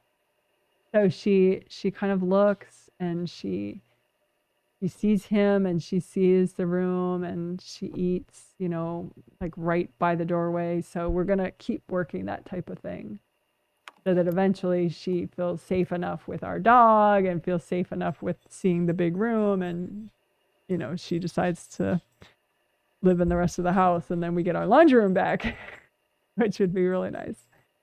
So anyway, it's big progress in one day. That was good. So we're going to keep going with that. So far so good. Because there was no growling or anything, like our dog didn't growl at him. Because he's usually cat friendly. It's just they've never met before.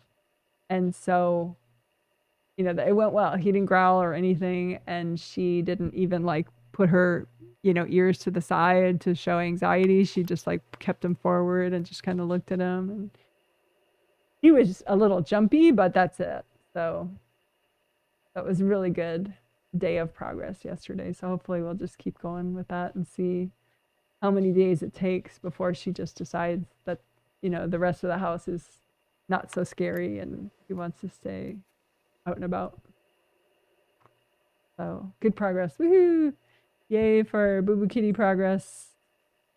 Yay. Alrighty. Someone says, I adore the pet updates. Oh, good. Well, we've got them. lots of exciting little pet updates. We decided to, I was going to give her more like deworming medication a second time, but the pills are really bitter. So you have to hide them in a pill pocket, like, which is like this chewy, yummy thing, you know, but she remembered how bitter they were the first time 2 weeks ago. And so she wouldn't eat the pill pockets with the bitter deworming pills in them this time. So she's only been dewormed once, which we're just going to say is good enough. And then eventually we'll, you know, take a fecal sample of hers to the vet to see if it really was good enough. But we can't get her. I can't force a pill in her right now because I can't, you know, we can barely touch her. We can pet her while she's eating if she's not feeling, you know, nervous that day. But, you know, that's it. So I would have had to trick her into eating the deworming medication again, but it didn't happen. She like ate around the little pill pocket and just left the pill. She's too smart. This is a good memory. So then what else? Oh, and also there was like a monthly flea medication that I have given her before. I gave it to her before she came in the house. Like while she was eating, I just put it in the back of her neck. But we're not going to bother right now with that because she's too jittery about, you know, learning the whole house and everything. So she already doesn't have, we got rid of all her fleas. We got rid of his fleas. So we're just going to chance it for a month or two or whatever, you know, because he'll have flea meds and he's the only one that goes out. We'll never let her out. So anyway, that's it. We're trying to keep things simple, incremental progress, little baby steps for our little baby boo-boo. All right, bye guys. You're so amazing. I hope you enjoy the effects of the healing. And if I healed you, I will be emailing you a post-healing survey sometime late tonight so that you can fill it out tomorrow. You could even fill it out the next day because this is the first twin set that the healings are 2 days. They're like, there's 2 days in between the first healing and the second healing because this healing was on a Thursday for the first time.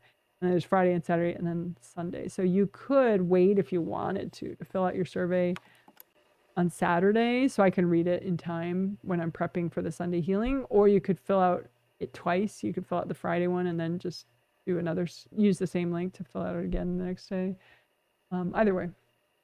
I mean, you don't have to fill out a survey, but it really does help me to do a better job, you know, for everybody. Okay, you're awesome. Take care. And the next healing is in 3 days on Sunday, the 23rd of February. And if you want to purchase an upcoming healing, check out my website, which is awhealing.com. Yay! All right, bye guys.